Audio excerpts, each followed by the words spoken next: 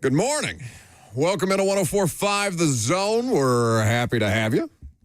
For the next 3 hours, we'll be happy to have Nate Washington here in just a few hours from now. We'll talk to him about Cam Ward's attitude and Joe Burrow's commentary and all manner of other things. But we have to start in the obvious place, which is Sharon Moore, the now fired Michigan coach, who, again, as we sit here, I don't know how the two of you, Robert Lucas and me with you until 1 o'clock, I don't know how the two of you went about the consumption of the Sharon Moore story yesterday, but I could not stop doom scrolling because it felt like we were getting both real and fake updates almost by the hour on Sharon Moore and his firing for cause because of an improper relationship. That's all we definitively know still. We're not quite 24 hours removed from the story breaking, but we joked yesterday that we haven't had a good gate in a while. Somebody tweeted us, said we were discussing the fact that we hadn't had a good deflate gate or a good bounty gate or something like that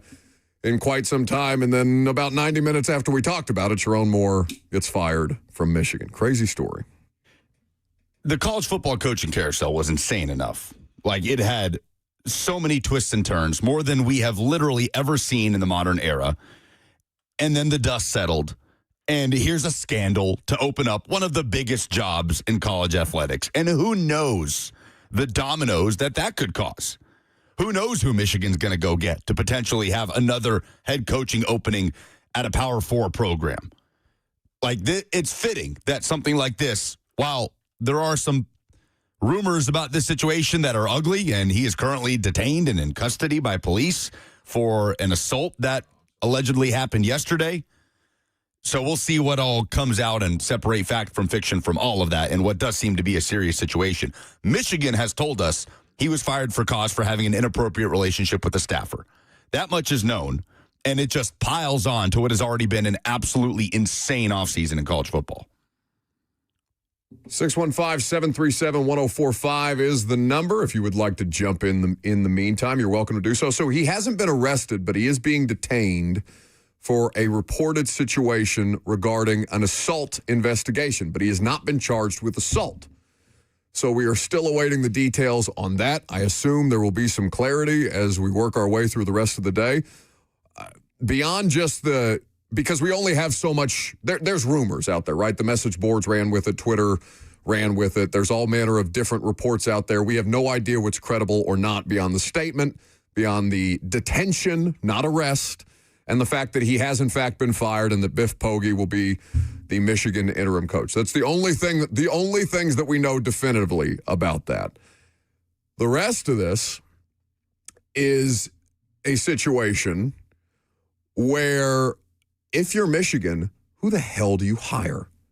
And what is this going to do to other programs? Because there's going to be all manner of lists that are created. How good a job is Michigan right now? They've just come through their NCAA investigation. They've dealt with $30 million worth of fines. They didn't lose wins. They didn't get wins subtracted from them. They didn't lose. Vacated, thank you. They didn't get their national championship vacated or anything like that. They got one of the biggest fines in college football history for the program. How good a job is Michigan right now? Because clearly they seem to have. And also, how does this come out after National Signing Day?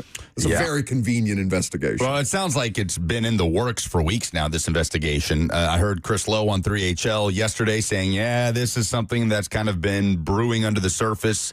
I heard Josh Pate say that this was something that kind of was poking its head out for the last few weeks, and it all sort of culminated yesterday. But the Michigan man mantra has taken some hits, I would say, over the last couple of years. Yeah, what does that even mean at this point? I guess it means you cheat in multiple ways. On and off the field. I had to think about that for a second. So, there's also news on the Vols front where we had Adam Sparks on yesterday to get us updated with the latest on the defensive coordinator search. And nothing is made, again, nothing is official yet with Sharon Moore other than he's fired. Nothing by Tennessee has been made official on the potential hiring of Jim Noles, the former Ohio State defensive coordinator, then Penn State defensive coordinator, and now potentially Tennessee. He's certainly a splashy name. And I'd imagine if he does get hired by Tennessee that the compensation would be significant, but he is getting his buyout finalized because Matt Campbell is bringing over his own defensive coordinator as the new head coach of Penn State. Are you happy with the idea of Jim Noles before anything is made official? Oh, sure. I mean, I said as soon as Tim Banks was fired that would be the best resume that you could go out and get. I don't think there's more of a home run name than Jim Noles with the defenses he's orchestrated in his career under Duke Cutcliffe, at Duke, at Ohio State, at Penn State. It didn't go well. Nothing went well this past year. But, yeah, no question. In terms of the resume, you couldn't have done much better than Jim Noles. And by the way, Tim Banks has a new gig. He's going to go be Alex Golish's safeties coach at Auburn. And Robert is displeased about that, yes? Yes. I didn't hear what you guys were talking about. That Tim Banks is not going to be hired by ECU. Sorry. Well, I think it's only fair since the SEC is just going to pillage and rob and steal like a classic Viking from everybody else, that ECU would get a little bit of the coaching Reaganomic trickle down. Like, oh, he got fired from there. We literally just got another coordinator an SEC job, so maybe someone would want to come to us. Nah, he'd rather go be a safety coach and analyst for another crappy team. So whatever, go do your thing, Tim Banks. I wouldn't Tim Bank on it. Down on the plains. So, what do they call it? Like, what's the nickname for? Like, a lot of schools say they're the Hill, including Tennessee. I know Western Kentucky says that too. well, Arkansas might Rocky say that. Top, right? Yeah, but like the campus too is referred to as the Hill. Oh, Indiana doesn't have anything like that. Rocky Top for sure. Auburn is the Plains, right? Oh, we do Greenville, USA. Okay. No love for Greenville, USA for these big-time coordinators. I mean, that's kind of the thing. Did you see, I don't know the name of the Nevada coach, but he was complaining about it. Well, if you play well at Nevada and if you develop your skill set here, you'll get $1 million from Oregon. So that's true. That's just kind of the same thing with the coaching cycle at this point in time. So did you feel that Tim Banks needed to be fired? I go back and forth on that. Yeah. I don't know how. I understand that the drop-off was huge. Substantial, yeah. Between 2024's defense and 2025's. And that Vanderbilt was egregious enough. But Pavi is doing that to a lot of people. I'm not saying that to make excuses or whatever, and it doesn't matter now. He's been let go. Yeah. So clearly there was some pressure and some dissatisfaction with the job that Tim Banks had done. Obviously, Josh Heupel would have more insight on that than we would. And there were injuries, no question. But you lose your top two corners for most of the year. Jermon McCoy doesn't play a snap. He yesterday announced that he's going into the NFL draft. Not a surprise. He right now is projected as a or a first-round pick. Ricky Gibson goes down in the first half of week 1, and you don't see him for the rest of the year. And that is true, but that excuse also doesn't hold a ton of water for me because you brought in Colton Hood from Colorado, who was excellent for most of this season. And yes, you threw a true freshman into the fire in Ty Redmond, but he gave you some really good snaps this year. In fact, Tennessee fans should be very excited about what Ty Redmond can be at the corner spot for the next 2 seasons at Tennessee, assuming he doesn't transfer. I think Hood and Redmond are 2 guys that could start at a lot of other programs. So it's hard for me to pin those cornerback injuries, while significant, and make that the reason why the defense dropped off the way that it did. There was too much that just was not good enough, not even close to the level that they were last year. Is it fair? Probably not. Tim Banks had a lot more good defenses than bad defenses at Tennessee, but it also just kind of felt like a time to make a change in what is a pivotal offseason for Heupel.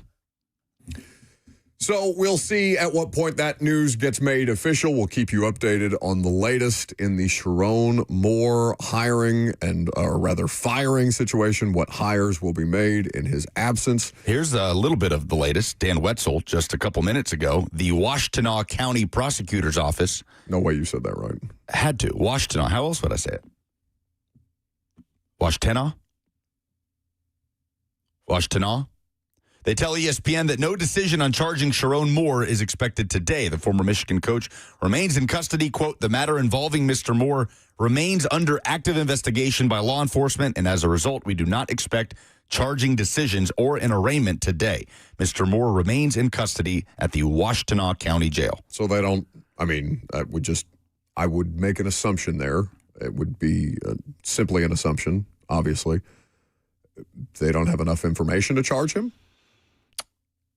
I guess this is interesting. The detention part of this for multiple days. I mean, we will be going on multiple days at this point if he's just going to be detained until further notice. Like, at what point is he charged with something or not charged with something? I can't imagine it would take that long. It's an investigation about an alleged assault that happened yesterday. So for a police officer or office to detain you, you would have 48 to 72 hours for them to accumulate a charge. After that, they would have to release you from detainment. So they, again, an assumption based off that information, they don't feel that he should be released, but they are still working to build a case to arrest him. Pretty much. Is how that translates to me. Okay. Well, we'll see if there's any resolution on that throughout the course of today's show. Messy. Yes. What did he do? How's he involved in this? I always thought he was a stand-up guy. He is. And I don't mean to recklessly speculate. He keeps to himself. Just won a championship down in Miami. I don't know what he sounds like. He doesn't do interviews. Oh, no, he doesn't talk. He's a very introverted, quiet. I was thinking about that the other day because I know English is not his. No, he doesn't do English interviews, period. He'll rarely do stuff with Apple TV. He did one with like NBC or something. He just spoke completely in Spanish recently, but very quiet, reserved guy, Lionel Messi. Completely not involved in the Sharon Moore situation. That we know of right now. That we know of, based on the facts. We don't have sound to indicate reckless speculation. We don't have all of the evidence. I will say that. We have protected ourselves against something like this with that sound. I'd be willing to put a lot of money on the fact that Lionel Messi cannot point out Michigan on a map. Oh, that would be interesting. Highly doubt that would also be pretty damning. It's like, oh, where's Michigan at? No, I don't know. That sounds like someone who's been to Michigan. No reason for him to know.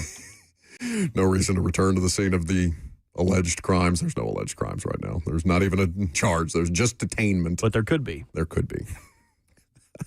What there will be is football analysis. We'll play you a portion of the install with Greg Cosell, some good breakdowns of Cam, what the Titans did well against Myles Garrett. Is it repeatable against the Niners? Find out next.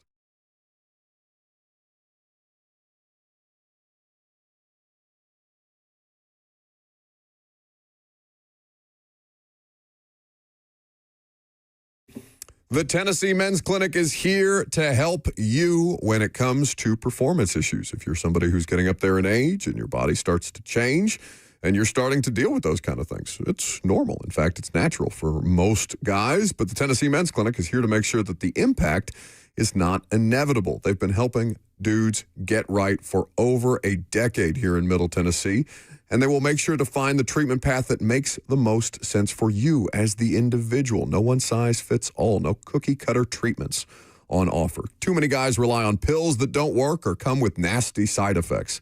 There are better treatments. Sometimes it's a combination of treatments that finally unlock the results that you've been missing.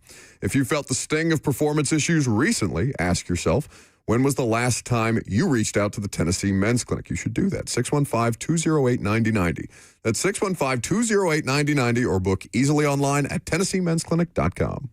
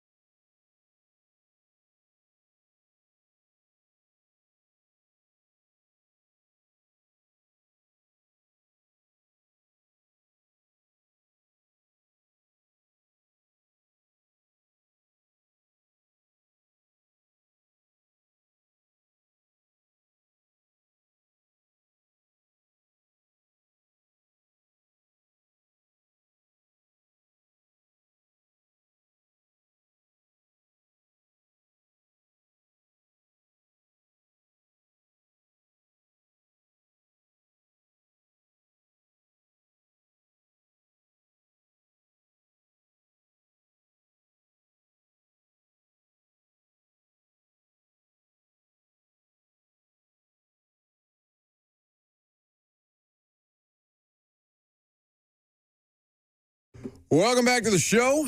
Fueled by Hattie B's Hot Chicken, the best hot chicken in the world. So every Thursday morning, we tape the install with Greg Cosell, and we had a winning football performance to talk about. Not a cheap one, like the Arizona game, but an actual four-quarter football game to break down and analyze. So we've got some good Greg Cosell analysis for you. We'll play you a portion of the install right now, and then we'll react to what Greg had to say. Welcome to the install with Greg Cosell of NFL. Okay, we will get the situation rectified here shortly. Victory week, and we will return to the install momentarily when Robert gives me the over signal. the Cleveland Browns. And actually what about the Titans' performance is repeatable? Fell off a little bit there in the third from quarter, what they did against the Browns, who are a good defense, versus the Niners. And I don't know how much, if any, Lucas, you've looked at the Niners here recently, beyond the fact that they're just a mash unit as far as the injuries go. But if the Titans are able to have even remotely similar success, they should be more effective in the passing game against the Niners than they were against the Browns. They should look better this Sunday. Felt like a professional and I know NFL progression isn't linear and all the things that we continue to I'd repeat be very curious just in those kind of situations. But I think that they should, given the matchup, be able to put on a better show than they did last week, maybe more to Cam Ward's liking. Let's try something where both of y'all shut your mics off and see if this works. Okay, go. Something y'all are doing is messing up my feng shui back here. Because it can't be me. I don't make mistakes. Definitely not you. So one of y'all is fiddling with this, and I'm not sure which one. But this is a sick and twisted joke by one of y'all. It's an interesting sound. Well, the bass is kind of sick. All of y'all cut your mics off real quick. All right, ready, go. Welcome to the install with Greg Cosell. It sounds like The Big Bang Theory is about to start. Like, I don't understand what could possibly be causing over the this. Cleveland Browns, and an actually pretty entertaining football game. Fell off. Did the audio sound okay? Because I saw you already put up the podcast. Yeah, the pod's fine. The pod's fine. Victory Monday, my Wasn't the man. question You haven't something had one with of those the in a while on the daggone radio.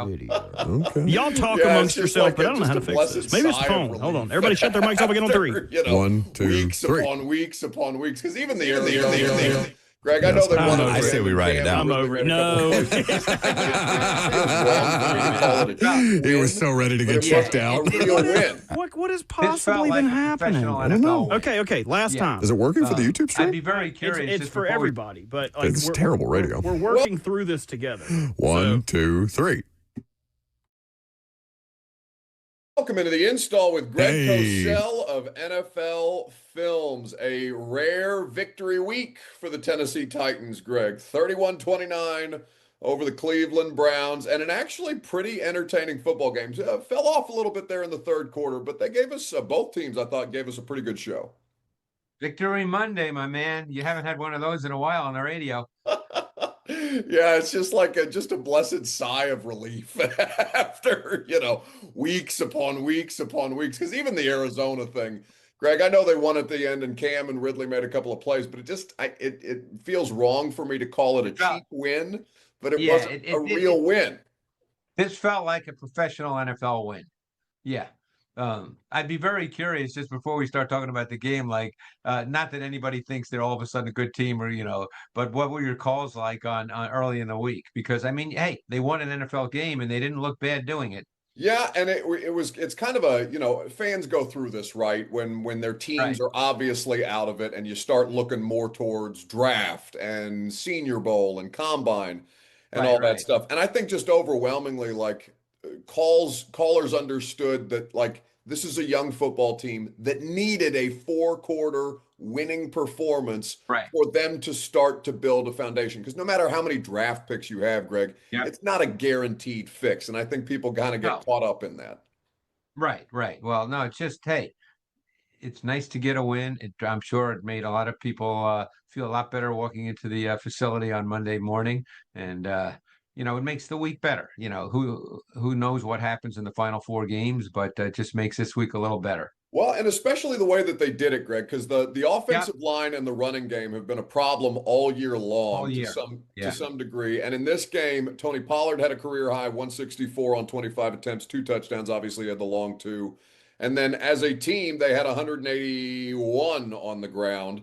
Total, it was the best rushing performance by a mile that they've had all year. What Yeah. did you see from the offensive Well, line in particular before we talk about the way that they neutralized Myles Garrett?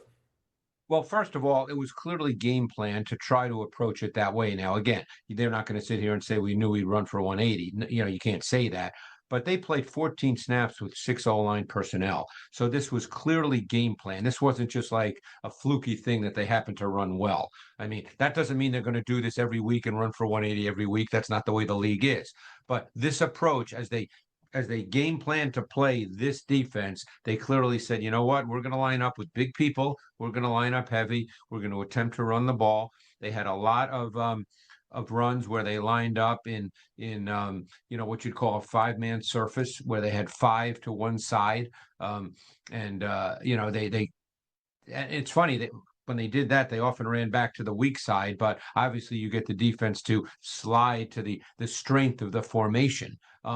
So I thought that that was their approach, and obviously it was effective. Look, you're not going to get a 65-yard touchdown run every week, but I guess it was a 4-man surface they did it, and a 5-man as well.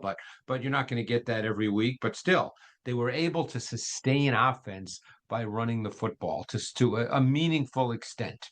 And when you can do that, it changes the entire flow of the game on both sides of the ball.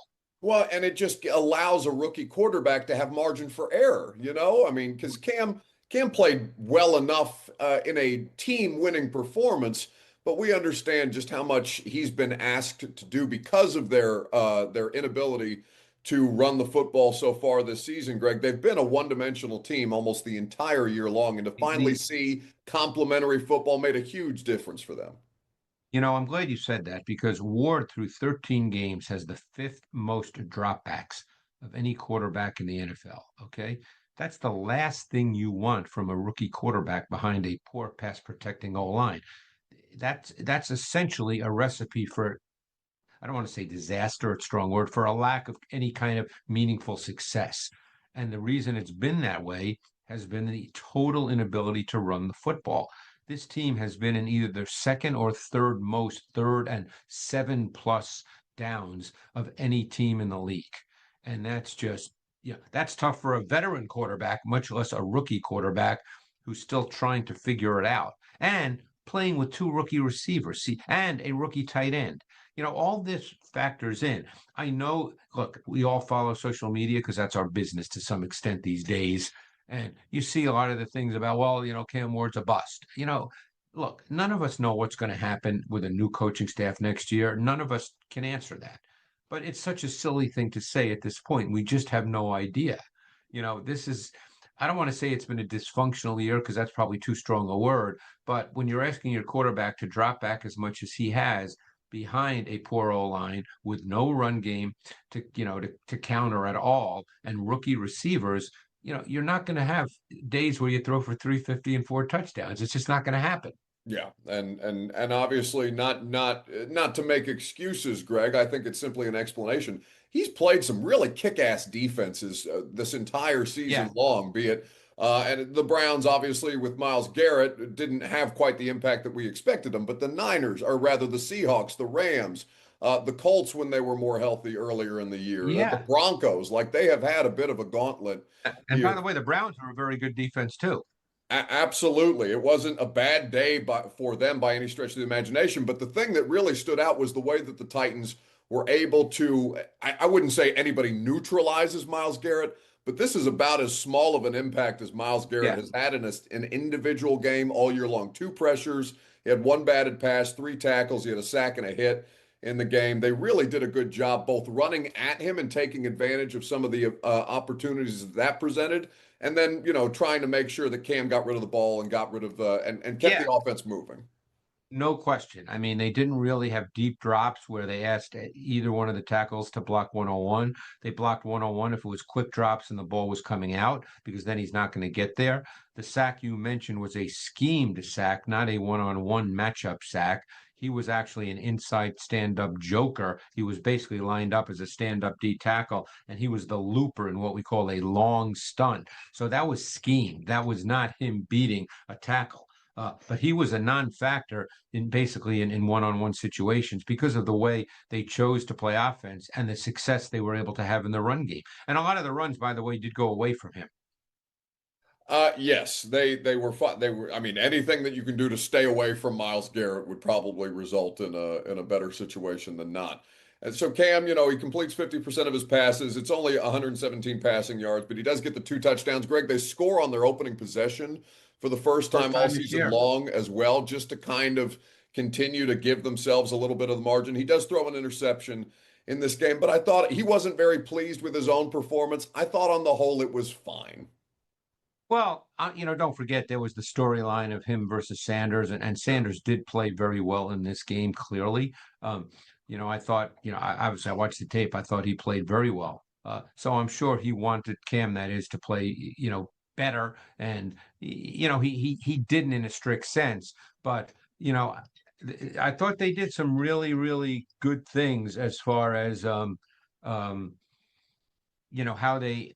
how they played, how they chose to play. Now, granted, that has to be successful when you choose to play that way, and they did have success. But I thought, again, I'm sure this coaching staff, with your phone calls, obviously I'm not listening to Nashville radio, but I'm sure that a lot of people have probably ripped the coaching staff. That just goes with losing. You know that. Coaches know that's the nature of the business. But very rarely do fans say, "Oh, the coaches did a great job." Even on good teams, fans rarely ever say that. And I thought they did some really good things in this game. No, absolutely, and it was one of the first times, Greg. And again, I'm not qualified to judge this, and very few people are. And even somebody with your level of expertise, right? We talk about it all the time. We're not in the meeting room, so it's impossible No. for us to have the full scope. But I did feel that the coaching staff did an above average job putting them in positions to succeed. I mean, even this Spears 24-yard screen reception on 3rd and 10 on the first possession. Again, we can sit here and say, gee, did they know they were going to get that particular coverage, and that they get that particular, look on defense? I don't know if they anticipated that, but the call turned out to be a terrific call against the pressure that they got and the coverage that they got. So again, that's the bottom line. That's what the tape shows. Like you said, we're not in the meeting, so we don't know if they said, hey, on our first 3rd and long, this is what we anticipate, so this is the call we're going to make. You and I don't know that, and fans don't know that. Right. But it turned out to be the perfect call against the pressure and the coverage that they got. So now they'll try to do something that has been impossible for them. They haven't won back-to-back games, Greg, since November of 2022. Okay, so it's been quite some time. Wow. At home against the Broncos, and then on the road at Green Bay on a Thursday night football game. So going to San Francisco, a 9-win football team who's still vying for their division, is no small feat. We know Niners coming off a bye, and they've been dealing with injuries all year long. They're a little heavier on the pass than I thought they would be, Greg, and I'm sure that's not how Kyle Shanahan would prefer to play so far this season. Yeah, I mean, obviously they're still a running football team. I guess we don't know about Kyle Juszczyk at this point. He's critical to the way they play. They'd have to play differently because they play about 40% plus of 21 personnel, and Juszczyk is so critical as a motion player. And by the way, just a quick point to mention about the Titans, and these are the kinds of things you want to see developing as the season progresses. Buck, they featured more pre-snap movement versus the Browns than they had deployed in any previous game this season. And that's something that has sort of become the direction the league is moving. I mean, more than 68% of their offensive snaps had shifts and or motions, with 33 of those snaps featuring motion as the ball was snapped. And, that's, again, there's reasons why teams do it, and there's reasons why teams don't do it. So I'm not going to sit here and say they've made a mistake because they're playing with a rookie quarterback. And when you have a rookie quarterback, don't forget, sometimes when you motion, the other team moves too. Yeah. The defense moves. And, maybe Cam, as they're developing him, maybe he was not comfortable with that. You don't know. Again, these are things we don't know. But it's just something that I noticed immediately watching the tape that, boy, there's more shifting in motion. And, in today's NFL, that tends to be a good thing as opposed to a bad thing. But anyway, getting back to the Niners, the Niners are not really a big mystery and how they play. They want to run the ball with McCaffrey, and the run game's multiple. And they've been up and down doing that this year in terms of their offensive line performance. And obviously, Purdy missed 5 games, if I'm not mistaken. But their pass game is very timing and rhythm based. So you have to defend that because they normally, unless it's a long yardage situation, they normally don't have a lot of deep drops. They normally are very timing and rhythm. He drops back, balls out, drops back, balls out. So you really have to defend the routes in those situations, the more normal down and distance situations. You have to defend the scheme more than you have to defend the quarterback. Does that make sense, right? Yeah, absolutely. Yeah, because you're not going to get to the quarterback. Now you can on 3rd and 9 if there's deeper drops, but in normal down and distance situations with the rhythm of the pass game, you're not likely to get to the quarterback. So you have to defend the scheme and the concepts more than the quarterback. Well, and the scheme has always been something, to your point, not necessarily complicated, but they're just so versatile from a Yeah, positional standpoint. And obviously, McCaffrey's taking the vast majority of his snaps out of the backfield, Greg, but they do deploy him in the slot quite a bit, they sure and do. he's going to be a matchup problem for the linebackers for Tennessee in particular. Should they get those matchups Well, on Sunday? they're going to look, it's obvious. The Titans know this. The whole world knows it if you watch tape, and even fans know it because they can see it. They're going to try to look to get him matched up on Gray. I mean, look what happened last week with Gray on the Samson twice. And we've talked about the fact that Gray needs work as a pass defender. He's a very good run defender. Love the way he plays the run. I think that's something to build upon. You can look at him, I think, as a bit of a building block going forward, just like you can look at Kevin Winston as a building block going forward. He's played well, and you can see the traits. You can just see that he's that guy. He's long, he's big, he's physical, he's athletic. You can just see it. But we saw, last week, getting back to Gray, that, on those angle routes in the middle of the field, that's just hard for him. And Sampson is not McCaffrey, so, that's the Niners will absolutely look to exploit that, and we'll see how it plays out. So on the other side of the ball, we understand that San Francisco has had a critical amount of injuries there, especially to star players like Fred Warner and Nick Bosa earlier in the season. And they're not, by efficiency, Greg, they're not the best unit. They've allowed 23 touchdowns so far this season. But schematically, what is Robert Saleh trying to accomplish? Yeah, I mean, they haven't rushed the quarterback great this year, and they've had their moments where they haven't stopped the run. Now, Salah's not a big blitz guy. Now, at times he will, and who knows? Look, they're coming off a bye week. That's when teams do, particularly this late in the season, have a bye. Teams do major self-scouting because there's a lot. So that is a portion of the Install with Greg Cosell that you can get the full episode already via the podcast. And not that Robert doesn't have enough to do back there, but YouTube will be available when? YouTube is up. Look at you back there working diligently. So you can get the full analysis there and also some great breakdowns of a really fun Week 15 slate. There's a lot of big games. Patriots, Bills, Chiefs with their playoff lives, with their just season lives on the line right now. You've got Packers and Broncos. Should be a fun week of professional football. Coming up next, there was a change to the NFL draft process. Speaking of things Titans adjacent, Roger Goodell made an announcement yesterday. We'll tell you what it was coming up next.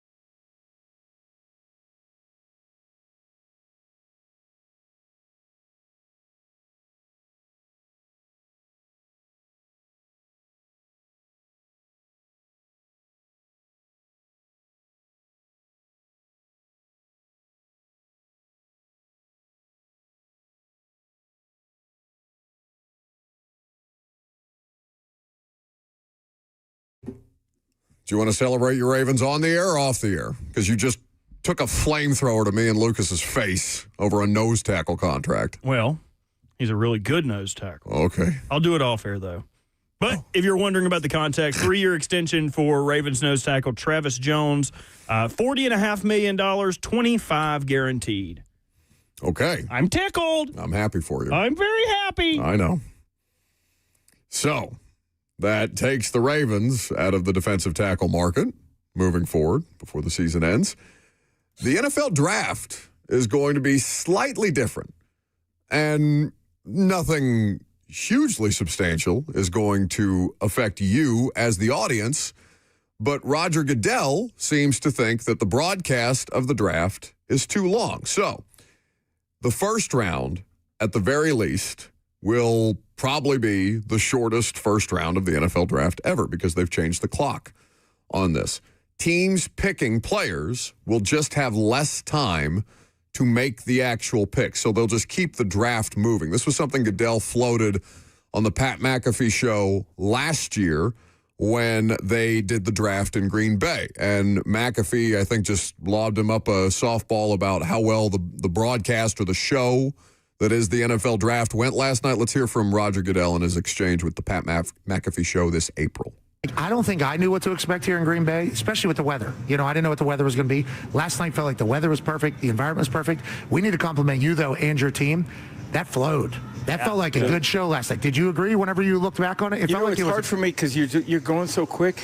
But, I started thinking last night we got to shorten it. So I'll give you guys some thoughts. You're always very creative about it. Should we have time that you can save? So I'm making it up, 7-minute first round. Oh. But you could get 2 minutes extra. If you need it. If you need it. You could call it, but then you don't get it again the rest of the draft. Oh, so it's like a timeout thing where you get 1 2-minute you ad. get one extension. I don't think I knew what to expect here in Green Bay, especially with the weather. Roger Goodell on the Pat McAfee show. Now, what they ended up doing, so he was saying, well, and this was a hypothetical that he just tossed out, 7 minutes to make the pick unless you need extra time. And if that in that one moment, you can use your extra time. If you don't use your extra time, it expires. Now, that was just a hypothetical that he floated out there last year. What they ended up doing, and this was reported yesterday by Adam Schefter, the NFL notified teams today that it will shorten the time between picks in the first round of the draft from 10 to 8 minutes. So they took away 2 minutes per team, starting with the 2026 draft this year in Pittsburgh. This will shorten the length of the first round, which had been finishing around 11:45 p.m. Eastern time. So, first round of the draft is just going to be shorter. And Titans fans didn't have to wait a long time last year. Theoretically, if they have the top pick again this year, which right now they don't, we'll see what happens these final 4 games, it will at least make your wait a little less, which we like.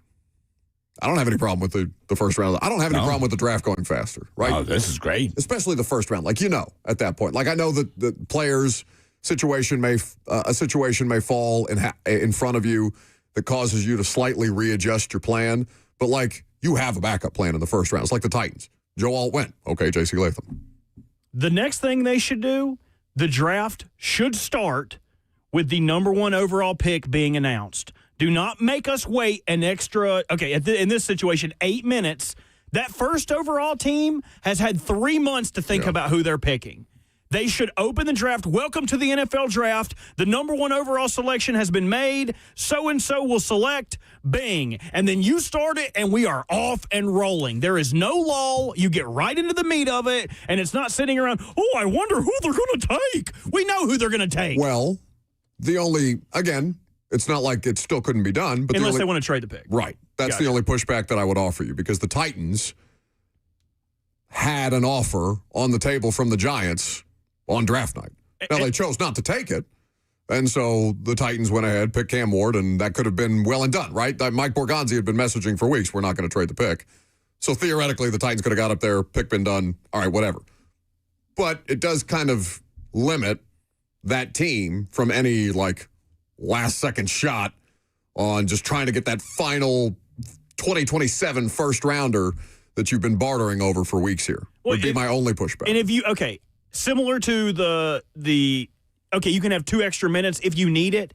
If the number 1 overall pick is fielding trades, then they can have the regular allotment. But if you already know who you're taking, why would you not pick? Why would we not get the ball rolling? No, I agree.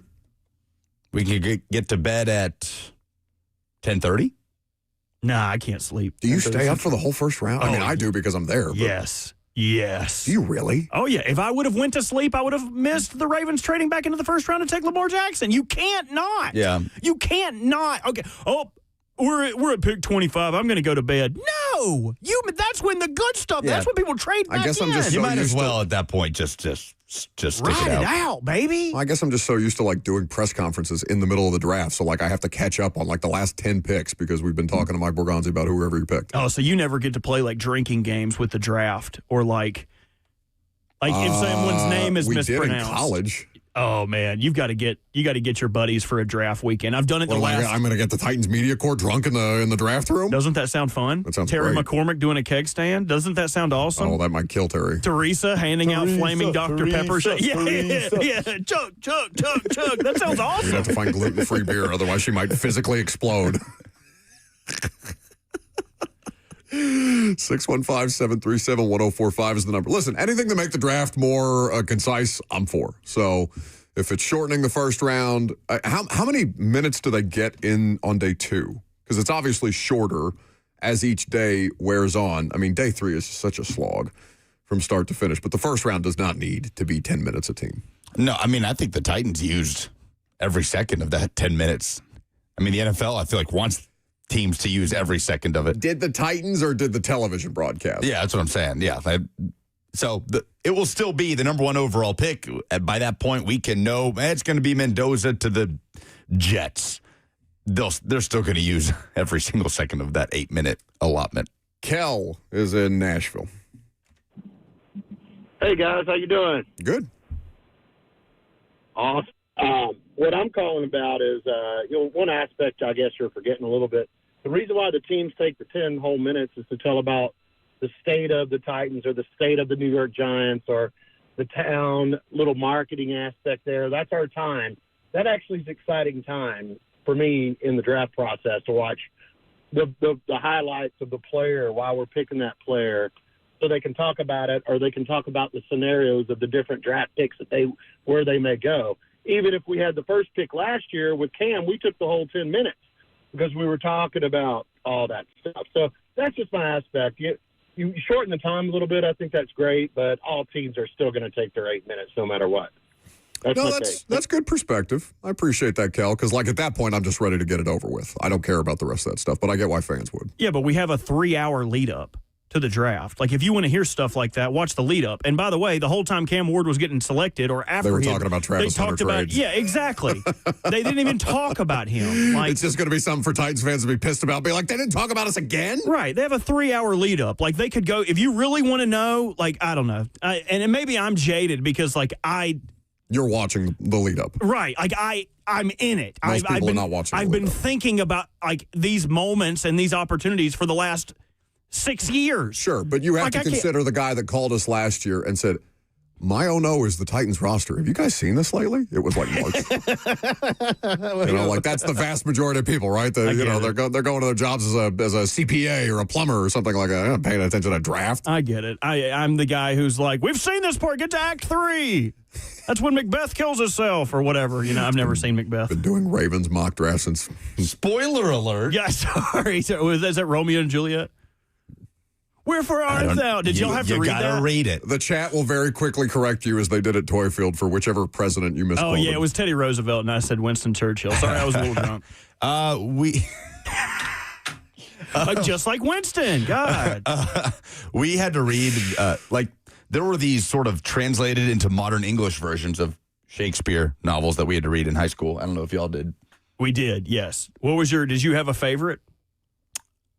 Oh, I don't remember. Our English teacher made us watch the Leonardo DiCaprio version. I think I did too. The Capulets and the Montagues. Do you bite your thumb at me? I bite my thumb, but not at you, sir.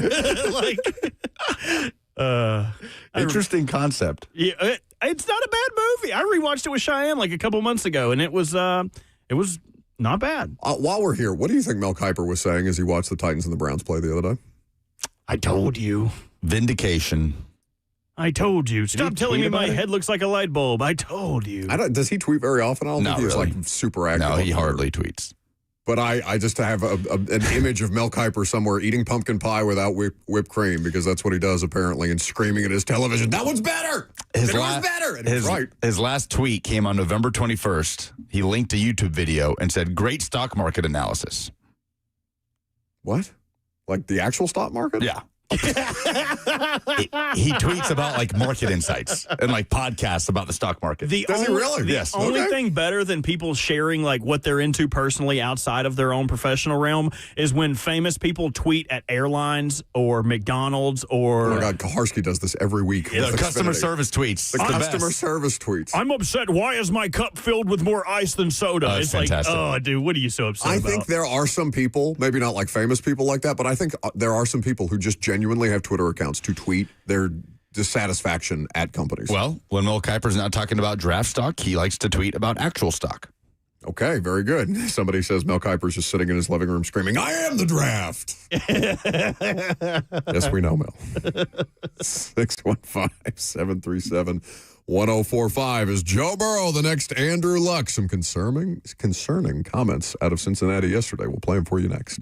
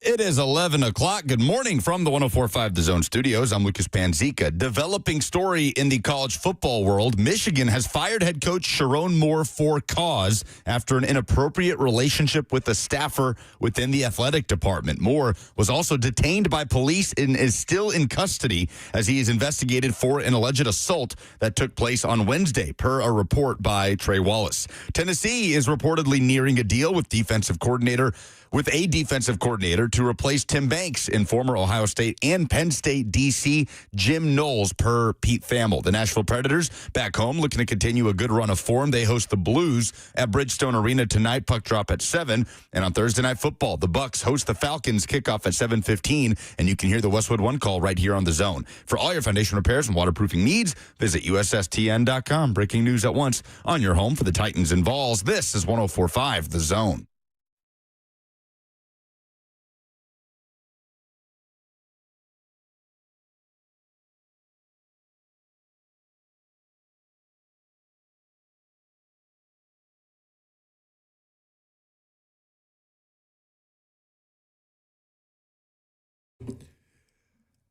Joe Burrow is one of the more interesting figures in this NFL season, not just because of the time that he's missed or the time over the course of his career that he's missed, but because of what he tried to accomplish in coming back from an injury at a very late point in the season. Now, the Bengals looked like they were very comfortably going to beat the Bills this past Sunday. Then all of a sudden, 2 interceptions for Joe Burrow. Josh Allen goes Super Saiyan mode and wins the AFC Offensive Player of the Week award for how quickly he was able to rally that back and beat the Bengals.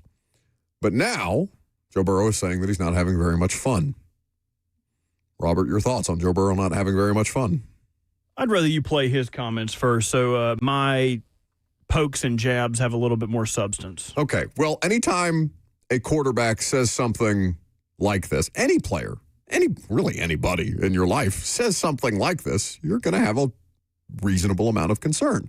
But when Joe Burrow got to the podium yesterday and was being asked questions about how he's feeling right now in the state of the Bengals and the state of his professional football career, it starts to raise a few more red flags. If I want to keep doing this, I have to have fun doing it. I've been through a lot, and if it's not fun, then what am I doing it for? So that's the mindset I'm trying to bring to the table. If I want to keep doing this, then what am I trying to do with myself? And I have to have fun doing it. If it's not fun, then what am I doing it for? That's the mindset. Now, Robert, your thoughts. Oh, it's too hard with my generational wide receiver and then my number 2 wide receiver, who's really a number 1. It's just so hard to have fun with this team. Oh, I just need to go back to my house and be Batman with my supermodel girlfriend. Shut up, you loser. Oh, I can't start at Ohio State, so I'm going to go to LSU. Oh, look how good I did. Look how good I did, guys. I had the best season in college football history for a quarterback. Oh, I got to go to the Bengals. The broke Bengals. You guys better pay my wide receiver or I'm going to get really mad. Shut up, loser. Go home and play with your own ball. Throw a ball up in the sky and see how far you can throw it. Go cry in your Lambo, in your Batmobile. Get your house broken into again. What a whiny baby. What a whine. Oh, it was fun when I was beating the Ravens, but now that I lost to Josh Allen, I'm upset. Shut up, you loser.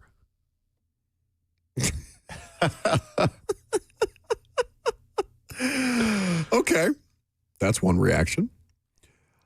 My reaction is that he must feel physically very bad, or he just had a really bad day yesterday, because that is concerning. It's a different kind of a situation, but like 5-alarm fire when Will Levis started talking about rewiring his brain at the podium last year, and it was week 2, right? Anytime your quarterback says something like that in particular, that's tough. But this specific quarterback, who has dealt with a significant amount of injury across his career and plays for an organization that he seems to have to lobby every offseason to get the kind of help that he needs to be able to maximize his window, which is his career, as he said many times, or at least the one time very definitively. He just got back from a grade 3 turf toe injury that also involves some ligament damage. He's had injuries to his wrist. He's had an ACL tear. He's had multiple injuries over the course of his career. And the first thing, so I thought two things when I saw this. One, he sounds like Andrew Luck wasn't really messaging this on the front end. He just kind of tried to retire quietly, and Adam Schefter blew up his spot during a preseason game. But Luck's whole thing was that his body was broken and that they didn't get him sufficient help for the duration of his career there and that he didn't want to do it anymore. But Andrew Luck didn't need football, really, right? Nobody looks at Andrew Luck and says, no, that guy, yeah, I'm sure he loves the game. He's obviously still around the game. What is his role? He's the a general GM. manager? Yeah, he's a GM at Stanford. I almost said the athletic director. I knew that wasn't right. Joe Burrow, though, I mean, I guess he could just go into a career in modeling and go about his business and live an international playboy lifestyle and do his thing if you're Joe Burrow. But the other part of this is, could he force his way out? The thing is, Joe Burrow, like the amount of games he's missed compared to the amount of games Andrew Luck has missed in his career, it's not that different. Andrew Luck started in 2012, made it through the 2018 season before he abruptly hung it up. So he did not miss a game due to injury, actually, Luck, until his fourth year in the league, where he only played in 7 games. So he missed 9 due to injury. He missed 2 in 2016, and then he missed the entirety of the 2017 season. But you remember he was getting beat to hell. Oh, yeah, but just played through so much. Joe Burrow obviously had the knee in 2020. When did the NFL, remind me when the NFL went to 17 games? 21. 21? Wasn't it? Okay, so Burrow missed 6 games in 2020, missed 1 game in 21, 1 game in 22, missed 7 games in 23, played in all 17 last year, and he's only played in 3 so far, and it's week 15. So, I'm not doing that math immediately, but it's not that far apart. Burrow just hasn't missed the entirety of one season like Luck did. I feel safe in saying this because Robert left the room. He is back. I don't want to see Joe Burrow abruptly call it quits. I don't think he would. I think he'd try to force his way out. I enjoy watching Joe Burrow play football.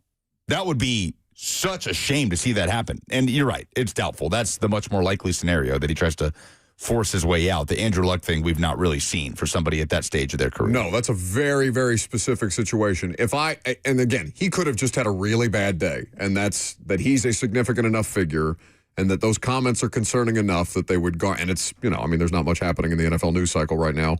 The Sharon Moore thing is obviously all over sports, but like the Burrow thing is the biggest NFL news of the day. I don't see a scenario in which he walks away Luck style because they're very different people. But you're playing for one organization. Who's the one organization that nobody thinks would just try and offer you enough money to shut up and play football the way that the Browns did with Myles Garrett? The Bengals. The Bengals. The Bengals are not going to, go to an extreme on a contract. I mean, their entire history, they've been regarded as a cheap organization. And whether that's, indicative of ownership or just the way that they do business and they think it works for them, that's fine. But if I'm the Bengals, you're going to back me into a corner here, and I just don't think the Bengals are the type of the organization to just pony up and give him what he wants. So Luck missed 26 games throughout the course of his career before he hung it up. Burrow, to this point, how many games has he missed this season? Because he came into the season having missed 15 games. Well, if he's only played in 3, then he's missed 11. So it's checks out. The exact same. Joe Burrow has missed the exact same amount of games as Andrew Luck in that span, 6 years. Well, and I guess if you're looking at this, like, it's not just about the games that he's missing, right? It's about the games that he's playing through with injury. Because that's, I'm assuming, what he's talking about not being very fun. Like, he just keeps getting hurt, his body's not recovering, or his body keeps getting hurt in different ways, and that his job is to go out there, play football, and it's just not the way that you hear football players talk, right? Now, part of this, because Nate Washington texted me this yesterday, I guess it was making the rounds in some of his former player group chats, and he'll join us at 12:20, so we'll get his position on it from the source. But I don't know if it's just like, how old is Joe Burrow right now? He's 27? 28? Sure. He's not that much younger than we are. I don't know if 29. He actually turned 29 yesterday. Okay, so yesterday was his birthday and he was pouting. It's not my birthday. I didn't get it. Look at how many presents that guy has. Why don't I have that many presents? He didn't get a new Batmobile. You guys know where I think he would be good at?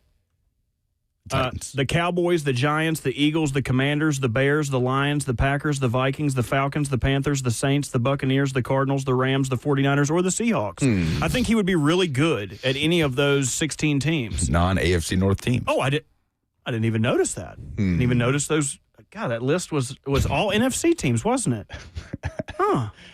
Kind of a crazy anomaly. I didn't even plan that. What are the odds of that? Just teams I thought that he would be successful on. Oh, Sam Darnold what? Joe Burrow would be fine with the Seahawks. You're right.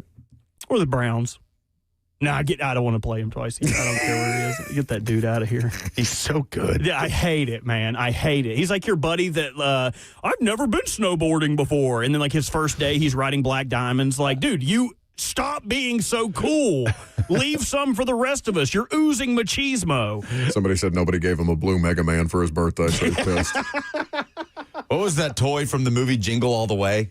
Oh, Turbo Man. Turbo Man. Oh, God, such a good movie. Jingle All the Way, the Schwarzenegger one? Yes, with Sinbad. Yes, it's incredible. Wait, what am I thinking of with Danny DeVito?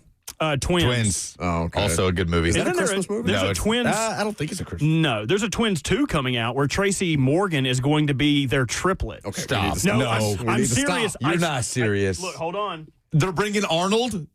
Arnold and Danny are going to do it? Okay, Twins 2 isn't. This is it's Triple Twins. The sequel to the 1988 comedy, bringing triplets. back Arnold and Danny DeVito with Tracy Morgan joining as their long-lost triplet brother. Stop. I'm not making it up, dude. Look it up. Twins 2. I will Triple so Twins. watch that. I'm going to watch that. When does Triple Twins come out? Jingle All the Way is one of the most underrated Christmas movies. I don't think I've seen it. We had that on VHS when I was a kid, and I probably watched it. Do you guys watch Christmas movies this time of year? Yeah, on and off. Like during Christmas week when I'm home with family, like it's just, I like the aesthetic of Like I got a notification from Amazon Prime because they're constantly trying to sell me something. But they'll also send you stuff about what they have in their video library, and it sent me the notification about Jim Carrey's Grinch. I just watched The Grinch last night, and it was awesome. For the first time? No. Jim Carrey's Grinch? No, I've seen it before. Okay. I've seen it before, but I hadn't seen it in a long time. Fitzy was on the air on Fox with me telling me that it's the worst Grinch ever, that Jim Carrey is an over-actor. Oh, shit. Stop The people that have that, too many people have that opinion. That is the most quotable Christmas movie of all time. I couldn't possibly. What would I wear? Robert, did you lie? Dude, look up Tracy Morgan. Is it called Triplets? It's from the article is from 2021, dude. I'm literally going to email it to you right now. I'm not lying. Why do you always think I'm lying? Because you lie a lot. That has nothing to do with this, though. Not this time, I swear. There is a wolf. The boy who called Tracy Morgan.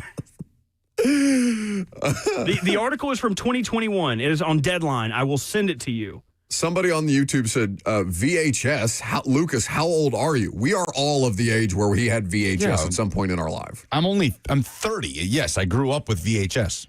I don't know when kids stopped growing up with VHS. When did we go to DVD? I feel like that was high school. That right when the Lord of the Rings movies were coming out, because I owned them on VHS and DVD. I watched Jingle All the Way and Fern Gully over and over and over and over. Robin Williams in Fern Gully. Mm-hmm. Is he the bat? Yes. That's right. Absolutely batty. Incredible. Did you guys ever watch this is the only VHS that I can remember having because I remember having to rewind the damn thing and watch it so many times. You ever see that dinosaur movie, We're Back? I think yes. John Goodman. Yes. So good. It's scary, too. It's very scary. Very scary. It's an excellent movie. Okay. Excellent movie. I hate to inform you of this, Lucas, but the movie... VHS ended in 2003, according to Curtis on YouTube. The movie was canceled, yes. Triplets was announced in 2012 as a sequel to the 1988 comedy film Twins, which starred Arnold, Danny, and was directed by this Ivan dude. Why it was canceled, the film had trouble being in production for a decade. Although announced in 2012, it wasn't until 2021 when it actually started shooting. But by this point, Eddie Murphy was no longer involved in the process, and instead Tracy Morgan looking to replace him. Oh, that's so disappointing. Oh, and then the director passed away. So then his son put the idea at an end following his father's death. Moment of silence for the movie and the director. Well, they'll put it out eventually. It'd Well, just yeah, be we're out of movie ideas. 6 We're years just doing from now. triplets. But I wasn't lying. Can everyone admit I wasn't were not lying? lying. Thank you. I reserve the right to call you a liar. 615-737-1045 is the number. A college football week of madness. We'll go through all of the things that you missed because it's not just Sharon Moore. There's a great many news items we haven't talked about yet coming up next.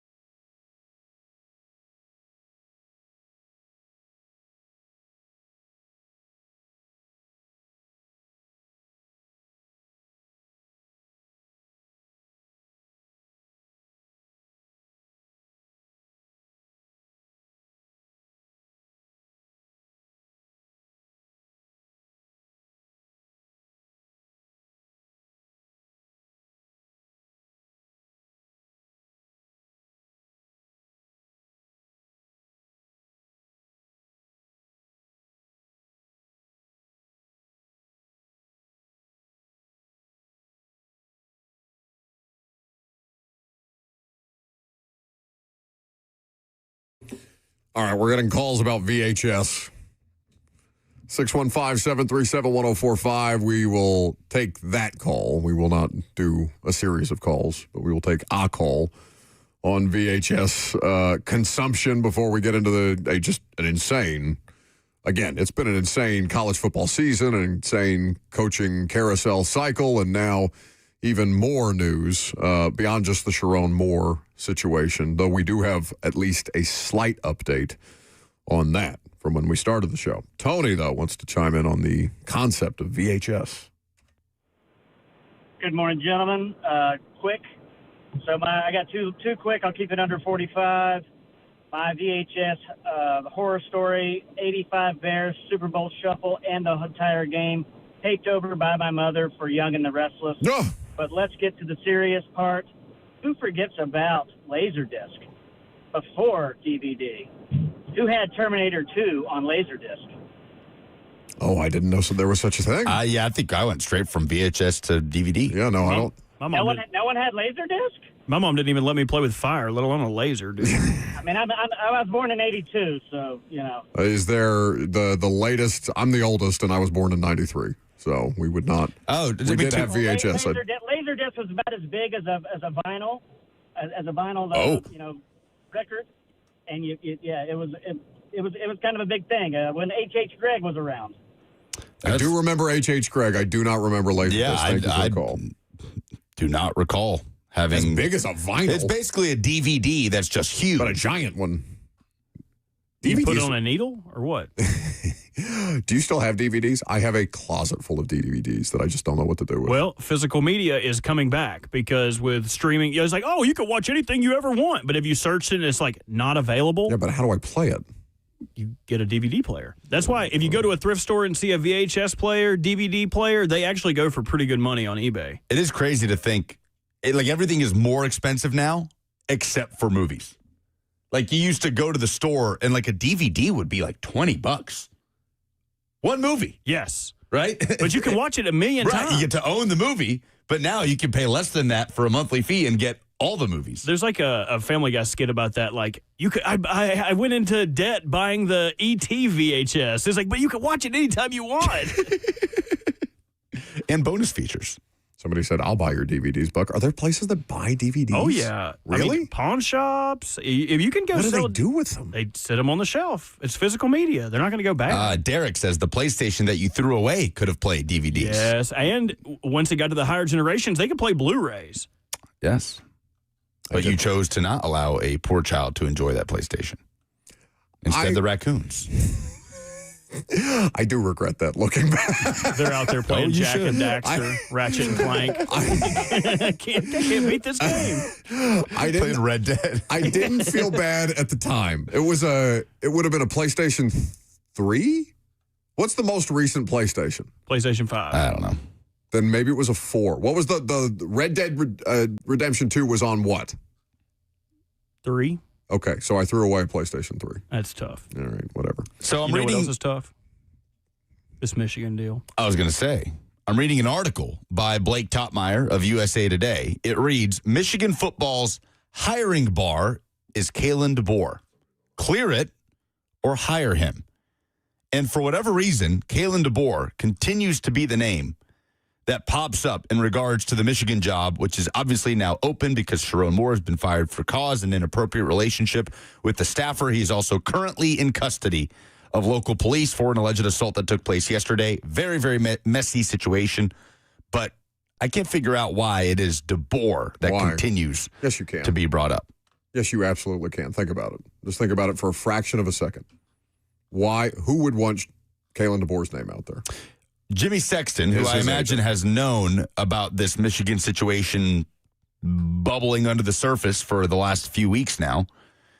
And sure, I mean, I'm sure Bama fans aren't exactly thrilled with Kalen DeBoer. They've probably reverted a little bit back to their week one vibes around him after the disappointing end of the season. It's not even about the fans. It's about forcing a raise. That's what just happened with Penn State. Sure. But I do think it is also about the vibe of where he is at his current program. Like, the vibes don't seem to be good. That's what I'm saying. Like, would Alabama bend over backwards to give Kalen DeBoer a massive raise to keep him at Alabama? I think so. I don't think it's a slam dunk. I just don't know where are you going to get better. Did you guys hear, or maybe I dreamed this, the rumor that if he would have lost the Iron Bowl, then there would have been thoughts that Alabama would have gotten rid of Kalen DeBoer? Was there any truth to that? McShay said that. McShay said that. So that's true. Yes. So why would they, if they were thinking of firing him if they lost to Auburn, why would they bend over backwards if Michigan was willing to pay him a lot of money? Like, you were one loss away from getting rid of this guy anyway. Nobody had hired anybody by the Iron Bowl other than James Franklin, right? Like, the jobs were still open. That's true. This is a much different landscape as far as the coaching, the candidates that are even available, unless you have somebody in-house or somebody lesser known. But, like, how are you going to sell that to Alabama fans? Go steal Dabo. Oh. I mean, that's not appealing right now, is it? I don't think it's appealing. He's in the damn Pinstripe Bowl. Right. And screaming at everybody in 13-minute tirades about NIL. Name him, Jesus is NIL. Name, image, and likeness of Jesus. But if DeBoer did leave, though, like, and you didn't have another option, like, you could do a whole lot worse than Dabo. I don't think that's worth it. Pete Thamel is on the McAfee show right now and says that the Michigan job is one of the best in college football. He has been told they're going to go and get a great coach. Michigan officials, though, are in shock right now, and he doesn't expect a quick decision. Okay. Lawan was on Get Up this morning because Taylor and Will are making frequent appearances on Get Up. Obviously, Taylor played at Michigan and would have other insights into the Michigan program. You'll hear from him, and then also Adam Schefter, also a Michigan alum. It is so imperative that Michigan gets the right guy in as fast as possible, because if they take longer than January 2nd, Michigan is dangerously close to going through what Penn State has gone through for their coaching process. It's extremely well said. So all of that said, who do you believe should be the next coach at Michigan? Well, I think the first name that's going to come up a lot is going to be Kalen DeBoer. I know he's a Midwest guy, Midwest ties. He's got a proven winning track record. Jesse Minter is another name that's going to come up in the NFL, whether he's extremely interested in that or not, whether he wants to stay in the NFL or go to college. I think Michigan fans would really like to have him. Kenny Dillingham, a guy that's at Arizona State University. Last year took his team to the playoff with a group of guys that were probably less talented than the rest of the college football playoff. Mm-hmm. He's a winning head coach. And then Matt Campbell is probably the last name on my list right there, not in any specific order. But I would look to Matt Campbell, and the way I hear Josh Pate, who is the future commissioner of college football, Matt Campbell's a guy I would look how dry that ink is on that contract. Because if you look at Penn State and how they went across their whole coaching search, they hit about 7, 8, 9, 10 people. Matt, and I feel some type of way about Penn State and their process. And if I'm one of Michigan's top 3 calls, I'm listening to that call. That'd be wild. Now, go snatch Matt Campbell away. Just a Josh McDaniels, like. Yeah, it's happened. Now, not like that though. Like, he's had the press conference. He did the "We Are." Yeah, I don't know, man. You're welcome. Feels like it's a little. Yeah, this ship feels like it sailed. Okay, but I kind of disagree with Lawan there. What I will point out is Lawan is a CAA client, and that Lawan will have additional insights into how this is working, because he's not just throwing out names there. Sure, I disagree that Michigan has to move fast to avoid a Penn State situation. Penn State didn't move fast, and suddenly everybody else had their man, and they were almost left in the dust, and they were fortunate to go get a great candidate in Matt Campbell, but everybody kind of has their guy. You are in a race against time in regards to the transfer portal coming up January 2nd. But also, if you're Michigan, I don't think it's the worst thing to take a beat here and take a step back. You're not exactly trying to beat other programs to the punch. All other openings have been filled. You can collect yourself and be strategic about how you go about this next step. How much money are you offering Nick Saban if you're Michigan? When are we going to, when is that going to stop? The Saban never stuff. It hasn't stopped with Urban. I don't know. I feel like nobody seriously brings up Urban. I feel like people are a lot more serious about it when they bring up Saban. I think that would be wild. How Urban Meyer at Michigan, he would not be viewed as favorably when Fox does their trip to Columbus on a regular basis. So just quickly, the Sharon Moore, because there has been an additional update here. He is scheduled for an arraignment Thursday, less than 24 hours after he was fired. Fired for the inappropriate relationship with a staff member. The whole reason why we're talking about this in the first place, if you didn't know, I don't know how you couldn't know at this point, but Sharon Moore is no longer the coach at Michigan. So he is at, how did you pronounce this county jail? Washtenaw County Jail. Confirmed that Moore's arraignment was scheduled, and court record shows he remained in custody The jail did not provide information about why he was detained or details on his bond or if he has officially been arrested or not, simply detained. Pittsfield Township Police, who I guess transferred him over to Washtenaw County, issued a statement that said officers were called to investigate an alleged assault Wednesday night and took a person, Moore, into custody. The statement was in response to media inquiries about Moore, but didn't mention anybody by name. The person was jailed pending a review of charges by prosecutors. Quote, given the nature of the allegations, they need to maintain the integrity of the investigation and its current status at this time. We are prohibited from releasing additional details. It's weird. There you go. Whole thing's weird. I do genuinely wonder where Marcus Freeman falls on this whole thing with Notre Dame, on not playing a bowl game, how much of that he was a part of, not a part of. I wonder how much Michigan would try and kick the tires on a guy like Marcus Freeman. Meanwhile, Notre Dame is in the news, and everything gets overshadowed when you get a story like that out of Ann Arbor. But yesterday, Dan Wolken wrote a scathing piece about Notre Dame and their tantrums throughout the course of the offseason or post-college football playoff portion. Completely fair description. Pretty much in response to a Ross Dellinger article where he essentially is saying Notre Dame is getting into a memorandum of understanding with the College Football Playoff Committee to get some sort of preferential treatment moving forward, not being a member of any conference. I don't know what that would look like. I don't know if that would mean a path for Notre Dame to get an automatic qualifier. I'm not sure. But Dan Wolken opens the article with this. The more Notre Dame squawks and threatens, like a 7-year-old mad at their parents because they didn't get a stuffed animal at the state fair, the more reasonable it is to wonder whether there's something more going on besides frustration over a college football playoff snub.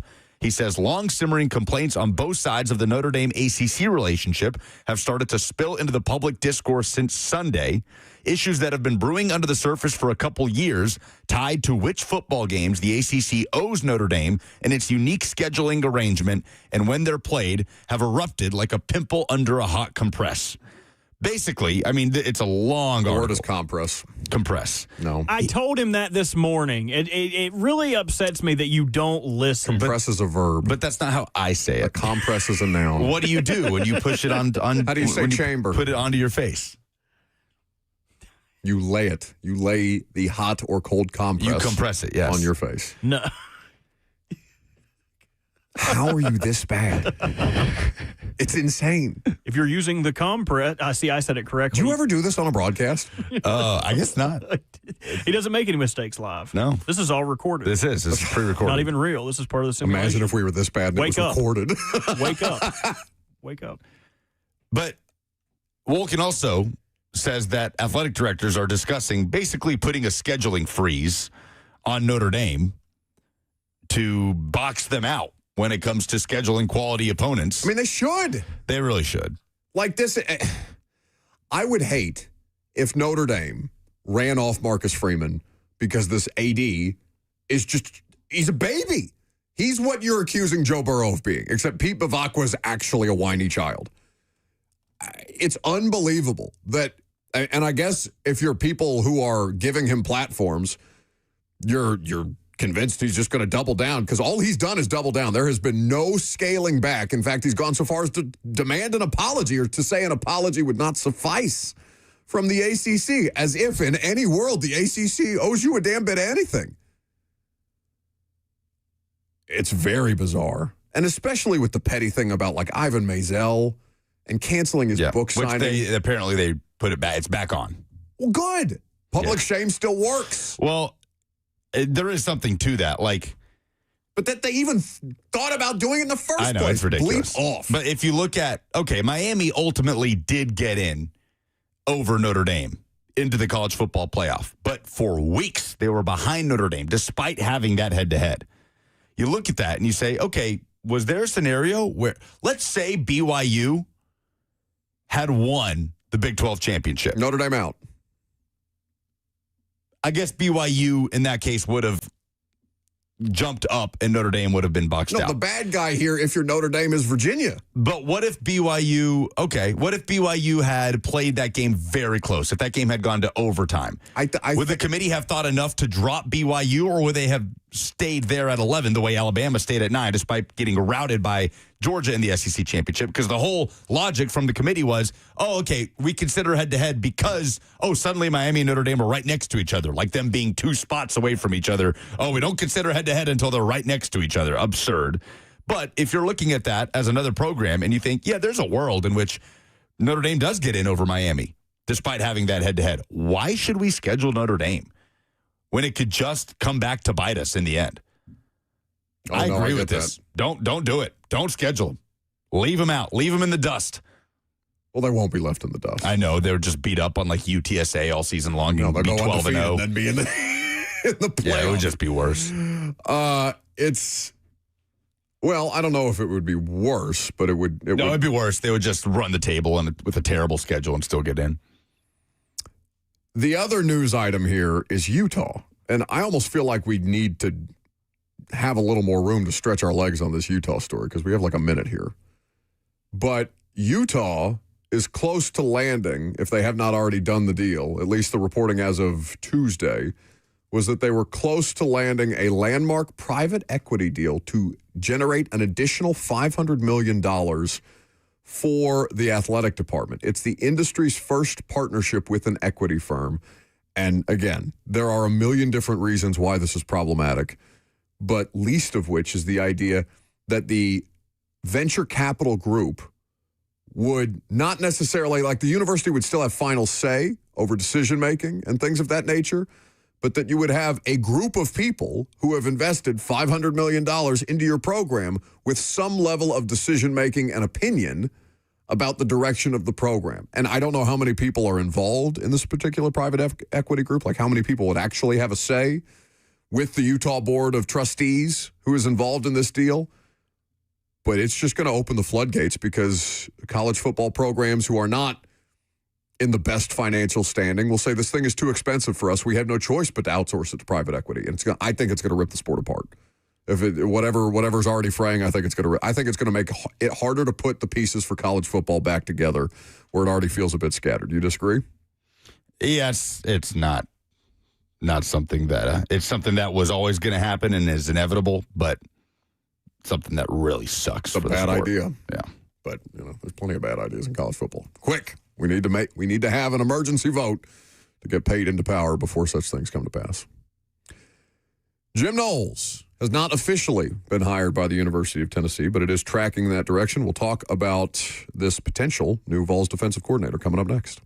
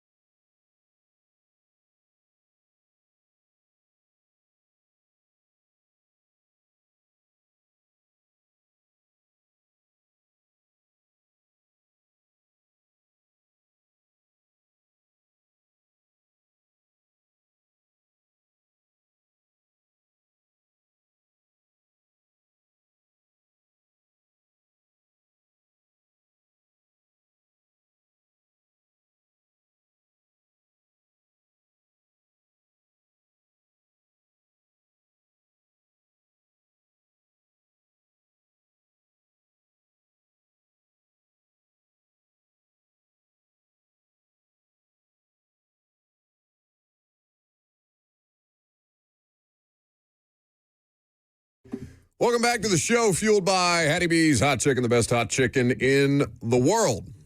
So Tennessee's defense fell off a cliff from the unit that helped in huge part get them to the college football playoff in 2024. One of the best scoring defenses, one of the best defenses in terms of total defenses in the country. All of a sudden, they are 88th and 92nd in total defense and scoring defense after just 1 year. Now, you understand that there were some injuries involved with that. Ultimately ends up with Tim Banks being fired after a not redeeming performance against Vanderbilt. Now, we asked Adam Sparks about what was at the root cause of Tim Banks getting fired, and Sparks all but said, yeah, that Vandy performance got to put it over the top. Maybe there's a chance that he's still there if they acquit themselves a little better, but it just felt like more of the same. And so Josh Heupel makes a decision that he's never made before. He moved on from an assistant coach. Heupel has put out a statement. He said, quote, hiring Jim Noles was our top priority from the start of this process. Jim has a proven track record of developing elite defenses that play with an edge, and we got to see that firsthand during the 2024 college football playoff. His defenses are always physical, well-prepared, and can adapt quickly in-game against today's complex offenses. He is a competitor, a winner, and someone who will get the most out of our players in practice. And on game day, we are thrilled to welcome Jim to Rocky Top as he helps us chase championships. The Penn State pipeline, for whatever reason, in the last decade has been a common one for Tennessee in the hiring of a defensive coordinator. Butch Jones went out and got Bob Shoop from James Franklin's staff to be the DC at Tennessee. That was a home run at the time. Did not work out. And then Heupel obviously hired Tim Banks, who worked for Franklin at Penn State when he came in and took the job in 2021. And now in comes Jim Knowles, who was pretty much a free agent. Matt Campbell bringing his guy over from Iowa State. Penn State had a bad season. But when you look at some of the numbers defensively, they were 34th in the country in yards allowed per game. They gave up just over 21 points per game, 37th in the country. Not elite numbers by any stretch, but a lot went wrong at Penn State.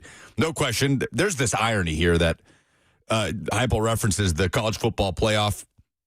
Penn State just completely shut down. It's like they knew everything Tennessee was wanting to do, completely bullied them up front. I mean, total yards in that game, Tennessee had some garbage time yards, but they were outgained 473 to 256. They were held to 3.4 yards per pass in that game. Oh, my God. Yeah, just destruction of Tennessee's offense in that game.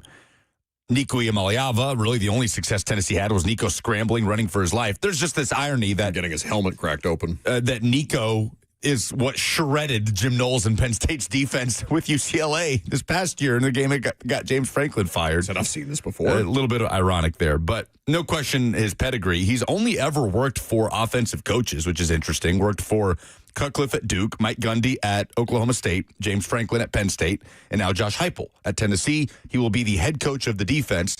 One concern that has popped up, I certainly amongst the fan base, is the complexity of Jim Knowles' defenses and how long it takes for teams to adjust to it and for players to really be able to play fast and freely in that defense.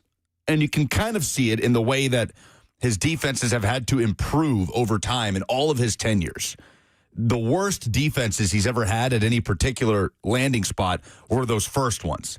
Even at Ohio State, when he took over in 2022, his first year as Ohio State's defensive coordinator, they had the number 14 total defense, yards allowed per game, number 17 scoring defense. 2023, they had the number 3 total defense, number 2 scoring defense. 2024, number 1 total defense, number 1 scoring defense. And he brings that to Tennessee. We'll see how quickly they can hit the ground running with it and what kind of staff changes potentially come about. Because that's one thing when they hired Tim Banks, Banks was kind of the last hire on the defensive side of the ball. Because they already had guys like Ronnie Gardner. It was really late in the game. It was kind of unique. Like Willie Martinez, who Heupel had worked with at UCF, had worked at Tennessee before. Yeah, Rodney Gardner, one of the best D-line coaches in the game. And then Tim Banks kind of just fit into it. How much do you allow Jim Knowles to put his staff together? Because the familiarity of this scheme feels like a really significant part of all this as they try to implement it and immediately bring Tennessee kind of back to what they were in 2024 defensively. Well, he doesn't have to get it there in year one, right? And that's the thing. That's kind of because I think it's a fair concern from Vols fans that it would take some period of time to get up to speed. but you were the 92nd scoring defense in football this year if you're Tennessee. There's room for improvement immediately. Even if Jim Knowles' defense does take some time to acclimate to, they should be able to improve, assuming that they made the right hire. We'll see what happens with some personnel. We'll see what happens with the additional coaching changes that Lucas mentioned. But it's certainly a name. Oh, yeah. You got the resume. Nobody has a better resume out there that you could have hired than Jim Knowles. But to your point about like what he did at Oklahoma State, they were 97th in scoring defense in 2018. He got them up to 9, but it took until 2021. Yeah. Corbin tweets at us and says, Knowles is incredible. I'm an Oklahoma State alum. He took us from one of the worst ranked defenses nationally to second best in 2021 behind Georgia. A defensive mastermind. Mastermind, he says. Okay, very good. I can certainly understand why a 2024 Tennessee Vols fan would feel that way. Dion is in Murfreesboro. Yeah, just calling me, and I was talking about the defense, and I know they fired Tim Banks. My question in reference to, especially the Vandy game, how long did the defense play? The offense scored 3 points in the second half. So that would suggest that the defense was on the field the majority of the second half. I understand the Tennessee defense went down in 25, but what about 24? What happened in this 1 year that caused the defense and Tim Banks to be so horrible? How many points did the offense score in every second half game? Talk about that if you know. Sure. I mean, that's something that we would have to look up. In all season long, I don't have that information in front of me right away. Well, no question the defense propped up the entire team in 2024. I mean, Tennessee pretty much. That in the running game. Yeah, 100%. We all know that there wasn't really, the passing game didn't take the leap that it was supposed to under Nico at quarterback in 2024. The defense carried that team. That was the problem, though. In 2025, you got that back with Joey Aguilar, the lead passer in the SEC. Had one of the most explosive offenses in the country. Defense couldn't quite keep up. Sustainability, though, I think is what he's referencing. Like, yes, they have explosive plays. Yes, they can accumulate yards throughout the course of a game. But, like, the context of when those dry spells would happen or when he started turning the ball over late in the season, Aguilar, like, how sustainable was the offense actually? Because I don't think it's an unfair point to bring up. Again, I don't have the exact numbers that you're asking for there. But it would be curious to look at. Is there any concern about Josh Heupel's offense? I do think there's something to what Adam Sparks talked to us about on the idea of him giving up play calling. The highest heights Tennessee has reached as an offense, although it was good this year, was 2022 when Alex Golish was pretty much calling plays for Tennessee on offense. Big drop-off in 2023 when Golish leaves to take the head job at USF. So would there be some consideration there to hand the play-calling duties to Joey Halzle? Not that the offense was limited. It looked like a Josh Heupel offense, but it clearly affected some of the in-game stuff that Heupel ran into trouble with in the Alabama game, in the Mississippi State game that you escaped in overtime, the Oklahoma game that you lost that ultimately put you out of the playoff officially. But offensively, I don't think there's a lot of concern right now. There's obviously a question mark on who will be your quarterback next year. And I get that Tim Banks didn't forget how to coach a defense. Tim Banks is a good coach. There's so much, Sparks pointed it all out. There's so much more good than bad with what he did with Tennessee's defense when he took over it in 2021 rather. But there was the drop-off this year, and then you look at who they brought in. Jim Knowles unquestionably has a better resume than Tim Banks. So if you ended up with an upgrade, then it's hard to be mad about the process. Now we'll see if that translates onto the field. 615-737-1045 is how you chime in via the phones, or you can interact with the show on the F&M Bank chat, Facebook, YouTube, Twitter, and Twitch. Somebody says on YouTube, Aguilar had the most passing yards in the SEC. The offense is just fine. But I get the idea of, boom or bust. Like, it's not like going 3 and out at a rate that is overwhelmingly concerning, but there are some things about the offense that I think it's fair to kind of re-examine. And this is probably a longer discussion and one that I'm sure Vols fans have had for a while, but like the burning of candles at both ends for offense. Either you score very quickly or you have a 3 and out and get off the field very quickly. It puts a lot of stress on your defense. Yeah. So if your offense isn't running at a snip-snap pace and scoring very quickly, and you don't have a buffer to keep your other team from scoring as well, you can find yourself in situations where your defense is gassed. No, I think that's how they get into so many track meets. Adam Rittenberg reports that Jim Knowles received a 3-year deal that will pay him an average of $2.2 million annually. About $1 million less than what he was making at Penn State. That was the whole deal with James Franklin scooping him up. Remember, it was huge offseason news. James Franklin going to get Jim Knowles from Ohio State. Yeah, but he got a buyout, didn't he? He got a buyout on top of that. Oh, yeah. He got a buyout from Penn State that he negotiated. I don't know what the details of that negotiation are, but he was making about $3 million at Penn State last year and $2.2 million this year with Tennessee. Okay. Final hour coming up next. There has been some talk about Cam Ward and his attitude following a victory against the Browns. We will hear from Cam Ward coming up next.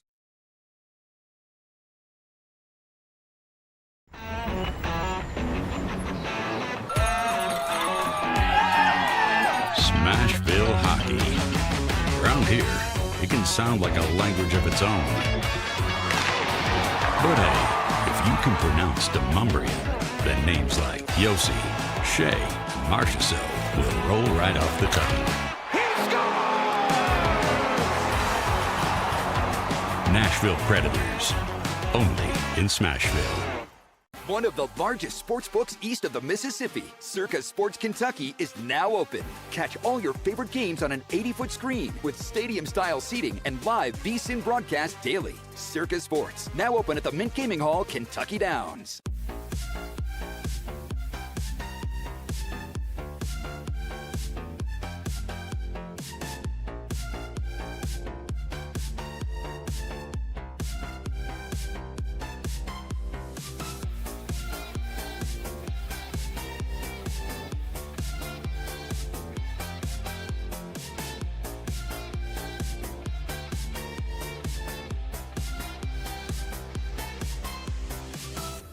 My dad and I used to golf together all the time, but when he hurt his back, it was over. To have your son want to spend time with you is amazing. That's why my chronic back pain has been so heartbreaking. Surgery, fused bones, long recovery. No way, not for me. A friend recommended stem cells, so I gave Kellum Stem Cell Institute a call. I'm glad you're out on the course. Yeah, it's really good. Call the Kellum Stem Cell Institute today. Swing still looks just okay, though. Selling your home can be stressful, but it doesn't have to be. Get a guaranteed offer from Mark Spain Real Estate. There are no showings, no open houses, no stress. Work with the #1 real estate team in the U.S. and close with confidence. Go to markspain.com today.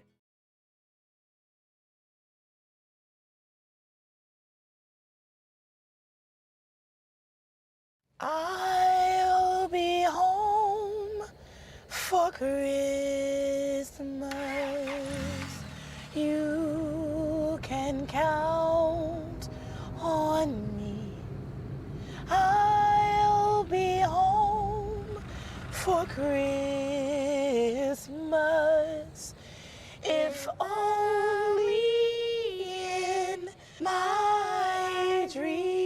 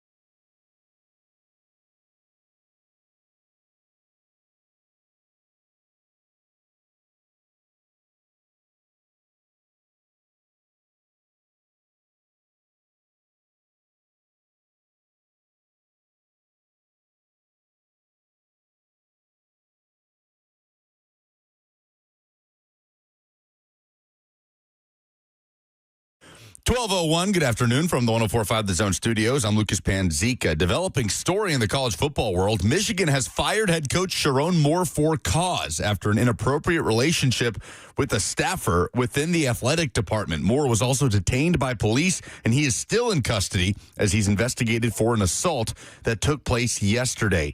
Tennessee is officially hiring defensive coordinator Jim Noles to replace Tim Banks. Noles, the former DC at Ohio State and most recently at Penn State under James Franklin, according to Adam Rittenberg of ESPN, is signing a 3-year deal with the Vols, $2.2 million annually. The Nashville Predators are back home, looking to continue a good run of form as they host the Blues at Bridgestone Arena. Puck drop at 7 p.m. Thursday Night Football tonight is in the NFC. Bucks hosting the Falcons. Kickoff at 7:15. You can hear the Westwood One Call right here on The Zone. For all your foundation repairs and waterproofing needs, visit USSTN.com. Breaking news at once on your home for the Titans and Vols. This is 104.5 The Zone.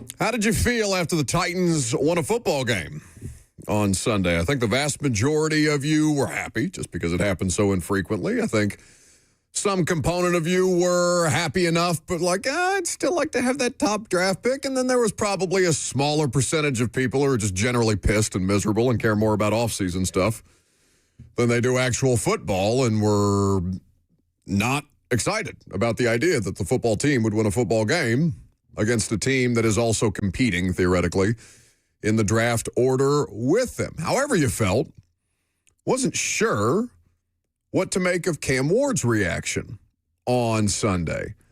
And it's obviously been discussed by him. It's been discussed by his teammates. His coaches have fielded questions on it. Cam Ward got to the podium with us on Sunday night in Cleveland, and he didn't seem enthused about it at all. I don't think there's anything wrong with that. They almost blew it as a team, got close at the end, was a 2-point conversion away from it being a tie game. He did not play particularly well. He wasn't awful, but he wasn't good either. Wasn't his best day, but it was good enough to win, right? They allowed for him to be imperfect. And I think that's a formula for success when you've got a rookie quarterback. It's just they've done it so infrequently. But I think, and you'll tell me if I'm too far with this, I think there was a degree of poutiness, to be honest with you, that Shedeur went out there and statistically outdid him, and that those two are very much competitors. And Cam Ward is viewed as a greater competitor than Shedeur, at least a better trash talker than Shedeur was, with all the stuff that came out between them in their workouts in the offseason, all that kind of stuff. And he said that wins or losses, he handles them the same. And again, he did not forget to praise Tony Pollard or his coaching staff for putting him in good positions, or his offensive line for playing their best game of the season, or the defense for getting turnovers, or James Williams for blocking was it a punt that he blocked? Yeah, blocked punt to help create an additional turnover. He did all of the right things. He just didn't seem, excited about a win. This is post-game, Robert? This is post-game audio from Cam Ward. It's either, if it's not post-game, it's yesterday. And even still, he stood by his word, so it's not going to make much of a difference. Cam Ward asked about the win against the Browns. I really didn't need it. I treat the wins the same. I treat the losses the same. It's always something that I have to do better. It's a lot of plays that I missed out there just from not giving my receivers a chance. And I wake up tomorrow, I'm going to do the same thing I did last week, try to get better. There's nothing wrong with that answer. Yeah, in real time, I greatly enjoyed that answer, to be honest with you. And I felt like he was similar in the post-game presser after the Cardinals game. He was better because it was their first win. He did a good thing in the fourth quarter of that game. He had a huge play with Calvin Ridley. A couple of huge plays. And he was an ancillary part. He was not the reason that they won on Sunday outright, but he also wasn't the reason that they lost. He was a part of a team. I think it doesn't matter how he talks about it with us, right? It matters how he is in the building. And I don't think there's much complaint about Cam Ward in the building other than they do so little winning and that there should be some, for the sake of everybody, you don't have to immediately dismiss it. I think that Cam, is somebody who, as Mike McCoy says every time he gets to the podium, what is it, a burning desire to be great. And I think that he's got pride. He individually, beyond just on a team, he wants to be great. And he wasn't great on Sunday. He was the lesser quarterback. Shedeur Sanders just outright outplayed him. And, of course, you can talk about the degree of difficulty of the Browns defense versus the Titans defense. All that context matters, and that Cam's got rookies everywhere, and that the offensive line, it's their best game of the year, and that he's not gotten many of those. But if you're Cam, you're probably looking at it to some extent, because I think he's pretty critical of himself. Probably looking at that and saying, I haven't played a game as well as Shedeur played that one game all year. There's not a game where Cam has had 3 touchdown passes, a rushing touchdown, 364 yards. He threw a pick. It was a bad pick that Shedeur threw, but Shedeur was better in that game than Cam has been at any point this season. I guess it just feels so damned if you do, damned if you don't, because what has been one of the biggest criticisms, this team hasn't won back-to-back games in 3 years. 2022. Right? They have not been able to respond to wins, and we have talked about it time and time again. How many times have we heard Jeffrey Simmons, after a loss that followed a win, say, yeah, we did not handle success? Even last season, after Houston and winning, and they got pummeled in Washington, and Jeff's in the locker room saying, yeah, we had a hangover from that win, right? And it was the same thing after the Cardinals win this season, that we got to learn how to handle success better. Getting too high, there's no other way to look at that other than getting too high after winning a game, despite being, 1-6 or whatever they were at the time of the Cardinals win in Arizona.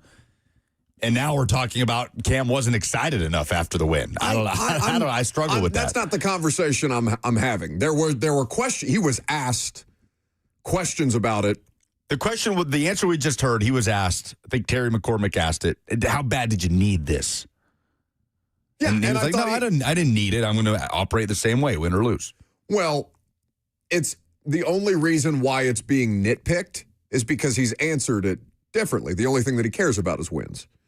So if the only thing that you care about is wins, but you treat wins and losses the same, it doesn't quite math, if that makes sense. So he was pushed a little bit on it yesterday in his weekly media availability with us. And I'll just read you from the transcript on if the team didn't play to that standard, or if he didn't play to that standard in the win. We played to a standard good enough to win. We didn't play to our best standard. At times of the game, we were sloppy. Offensively, I was sloppy myself. And then defensively, we were. So we just got to continue to emphasize the good, and we've got to be real critical on the bad. And he's been consistent on this. The idea that winning can cover up some of the bad things that you do, but you can't allow those things to go unnoticed. My position on his attitude, or if he was or was not excited enough in a win, largely is good. I like that he wasn't thrilled with that because he did not give a thrilling performance. They are a 2-win football team. Their standard is that of a 2-win football team. If his position is that I will treat the wins and the losses the same because I'll have to prepare the same and I'll have to address the issues and make the corrections the same and all those different things, I would like everybody else to meet him at his standard. Now, I don't know what he's like in meeting rooms. We don't have access to that. We see what we see at practice. We see what we see from him in the locker room. We see what we see from him in games. There's not an extended amount of access that we have to him and his interpersonal relationships with the team. That's between them and his teammates, him and his teammates. But I think that it can be a positive that he was pissed. Like, I kind of like that he was pissed. I want him to be, it's not like he needs additional drive, but any additional drive you can get out of that guy as he strives and works and tries to achieve greatness, as long as he's doing it in a conducive manner for his teammates, I don't care if he's pissy after the fact. In fact, I'd rather prefer it. There is some news. Adam Schefter, well, the Steelers really have put out a statement that TJ Watt is currently in a local hospital for further medical evaluation of his lung after experiencing discomfort at the facility on Wednesday.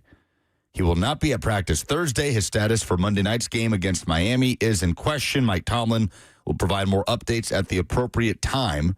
Schefter says a lung injury occurred during treatment at the team facility on Wednesday, and he's been hospitalized since then. Well, hopefully everything's okay, and we'll await further developments. That's concerning for another reason as well, because DK Metcalf had to stay in Baltimore before they went back. Yeah. The report was DK Metcalf took a hard shot during the game, and the goal was to rule out any significant internal injuries. It's too early to tell about Metcalf's status. But he said he was experiencing stomach pains on the flight, and out of an abundance of caution, they had a medical shift. Yeah, he stayed the night in, where were they? Baltimore. That's right. That's right. So I just something to look at. I wonder if the treatment of those two different things are connected at all, or if they're just two instances. It is a little odd. Reminds me of the Tyrod Taylor situation. Correct. Where he basically ruined his starting quarterback career with that. No. Are you talking about the doctor that punctured his lung? Right. Devin said, "Oh God, did he get Tyrod Taylored?" Yeah, I just hope that everything's okay. That's very scary. All right. 6, if there's any additional information before the end of the show, we'll keep you updated. Nate Washington, next.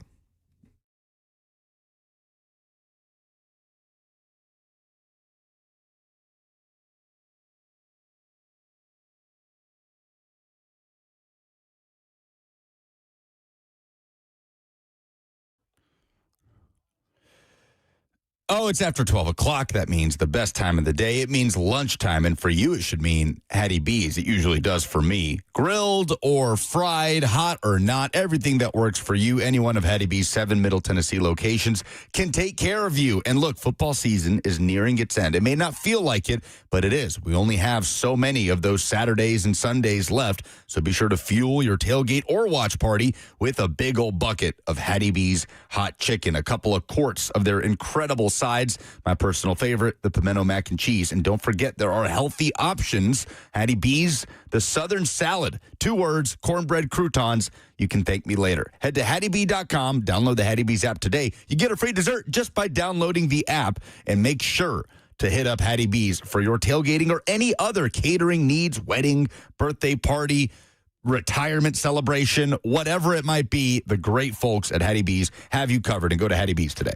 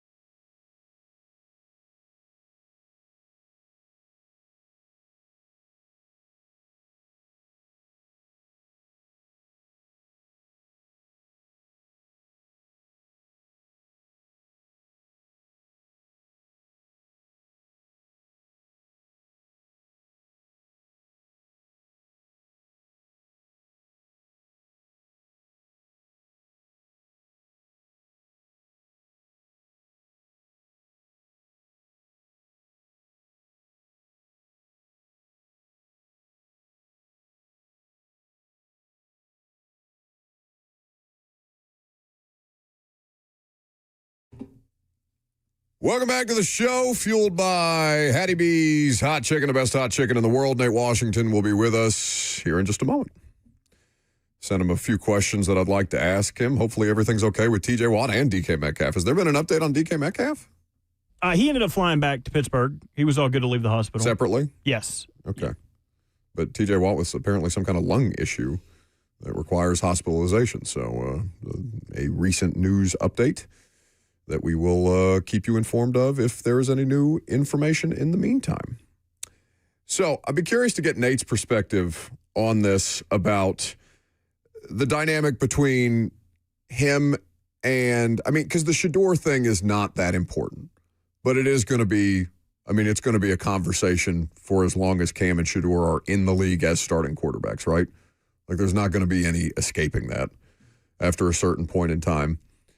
And I don't know, did Sunday make you feel any different about Cam Ward? No, and I at no point this season is a week-to-week stretch going to make me feel any different about Cam Ward. I will say seeing the two of them head-to-head, understanding that they're playing different qualities of defense, I did feel a little bit different. Like, I have never in my mind thought that Shedeur was a better player, and Shedeur looked like a clearly and obviously better NFL quarterback than Cam did. Yeah, he unquestionably played better than Cam did. There's no question about it. So would that happen if we replayed the same sample size on a neutral field 10 times over? I have no idea, but it's just a note in the back of my head. Okay, I've never seen Cam Ward look like Shedeur did in that game. Does that mean anything consequential immediately? No. Could it have some bearing in the future? Perhaps. Just something to keep in mind. Nate Washington with us on 104.5 The Zone, as is the custom. You can check out Nate's book, Football Was My Father, in the Amazon bookstore. If you haven't done your Christmas shopping yet, or you're still looking for some good gifts, perhaps a stocking stuffer, it will make a great gift for the loved one in your life. Buddy, good to see you. Hope you are doing well. What did you make of the Titans getting a win? We very rarely talk to you about wins after a football game. Indeed. I think it was a much-deserved win. Obviously this team has been under a ton of scrutiny from the fan base, from us, and those type of things. But I seen a team that went out with a lot of energy to try to get a win. A lot of things clicked for them on offense. A lot of things went well for them on defense. I think this was probably their most evenly killed game of the year of them playing complimentary football. I think this was the game that they kind of put majority of the things together that worked out for them. Now, would I've liked to see them play a little better? Yes, but this is a young team. They have a large room for growth, and I think they'll continue to do so. But this was, in all honesty, a much-needed win. Well, and think about like the teams that you played on, but whether it's in Pittsburgh or in Tennessee with young quarterbacks at various points in their career, like just to give that quarterback some room for error, Nate, so he didn't have to, drop back. I think he's top 5 in the league in terms of total dropbacks this year. It's outrageous that he would be put in a position like that. That's not a successful formula for, any quarterback, veteran or rookie in that circumstance. And for him to finally get something from his rushing attack seemed to make all the difference in the world for them. Yeah, definitely correct. I've been talking about since preseason about what this team was going to need from this run game. It was going to be imperative for them to be able to go out and be significant for this offense, and they just haven't been. But, this week it showed up, and it's obvious how much it helped Cam to be able to go out and do the things that he was able to do. Obviously there's still room for improvement from him, but, when you look at an offensive scheme and what his ability was coming into this league, I knew that this run game was going to have to be significant in order for them to be competitive. Nate, you were here during some lean years. Nate Washington, Titans legend, with us. And obviously the discussion pops up, right? The losing for the draft pick versus the winning for a young team that it feels like Nate so desperately needs to see a proof of concept, right? And the amount of work leading to success, regardless of where they are outside of the playoff picture. Can you kind of speak to that a little bit? How much does that do, especially for Cam Ward, for Chimere Dike, Marcus Harris, and so on with these young players, to see it culminate in a victory, even if it comes at the expense of moving down in the draft order? Well, I think it's important for these young guys' confidence. This game, as much as it is a game of talent, a game of skill, a game of physical ability, nothing happens without the mind. I think mental health has not only become prevalent in society, but the league has done a good job of making these young guys understand how much mental health is important for the aspect of the game that we play. And the confidence that comes along with the win is supreme. You look at your game film, and it feels a little different going in on Mondays and watching game film, knowing that you've won and knowing that you've made mistakes rather than losing. So I think those things are pretty obvious when it comes towards, the scope of the game. But for a young guy, getting a win and being able to have the energy in the room be a little bit more relaxed is going to do everything for their confidence. Now, here's the thing. You just can't get caught up in the moment. You have to understand the work that you put in for the week. You have to go back, be willing to go back to the drawing board to a sense. And, while you're enjoying that moment after the game, it's important to understand that you assess the things that you did wrong and need to correct. So I hope that they enjoyed it. I hope this was a little boost for their confidence, but there's still a ton of room for improvement. How much stock did you put into the Cam Ward versus Shedeur Sanders aspect of that game, if any? None at all, in all honesty. But I can only speak from a personal standpoint. From a personal standpoint, I understand as a player, it's always me versus me, and me being a fan of this team and assessing what this team needs. It was more so about what I seen from Cam, what I needed to see for, improvement-wise, what I needed to see for him progression-wise from last week and the previous parts of the season. So it was always an observation for me personally that, it was Cam versus Cam. I wanted to see Cam be better than he was the previous weeks. Now, the scope of, everyone else, I understand why there would be some comparison and observation from what fans seen or media seen on Sunday. Obviously these two guys were coming out of the draft and compared a lot. They were around each other a lot. They trained together. So a lot of their interaction, is going to cause comparison. But to a same sense, watching the game, you might seen a Shedeur Sanders that played a little bit better than a Cam Ward. And as a fan, you may question, was this the right choice and those type of things and go down that rabbit hole. But, I tell everybody, this is a team sport. This is a circumstantial sport sometimes. This is about opportunity. And in a lot of senses, some guys have better opportunities than others. Other situations change, and that's what fans must understand. These two guys, while they may have been viewed as a comparison, it's important to understand that their situations are different. Their opportunities are different. They're asked to do different things. So in that regard, I hope that they understand that and just are happy with the progression from Cam Ward this week. No, and I think that's fair to point out, Nate, but I would also ask you, because these are two rookie players, right? They spent a great deal of time around each other training. They have the same quarterbacks coach in the offseason, all these different things. And I wonder, and Cam answered the question the right way. I can't speak for Shedeur. I wasn't in his press conference after the fact. But I wonder if there's not a reminder from a veteran to a rookie player like, hey, you don't have to compare yourself to the other guy, because there is, I would imagine, some natural level of competitor to both of them that they would look across at the other guy, and one has 4 total touchdowns, 364 yards, is having a significantly better game, and the other guy's missing some layups and some deep shots. Like, I wonder if that's not something that Cam has to be reminded of. Oh, definitely. I'm pretty sure, especially with a personality of a Cam Ward, or a Shedeur.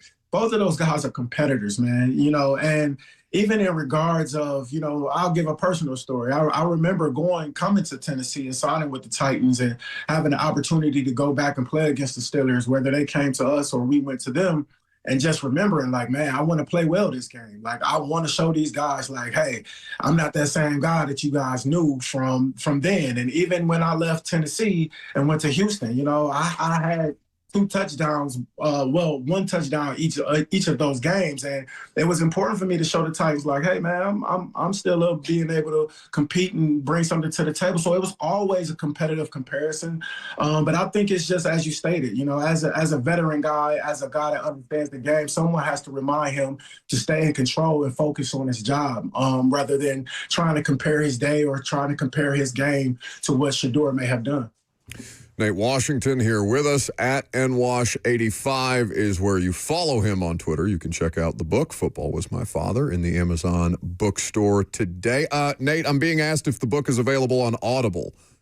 Yeah, well, it's coming. I plan on working that. We have that scheduled to work on here in January. I've been asked that many a times, man. So I'm definitely working on it for the people, and I appreciate the response I've had. It's been tremendous, and things have been going well. So definitely, I would definitely be working on that audio to get out for it. You going to smooth jazz voice track this book yourself? What's this going to look like?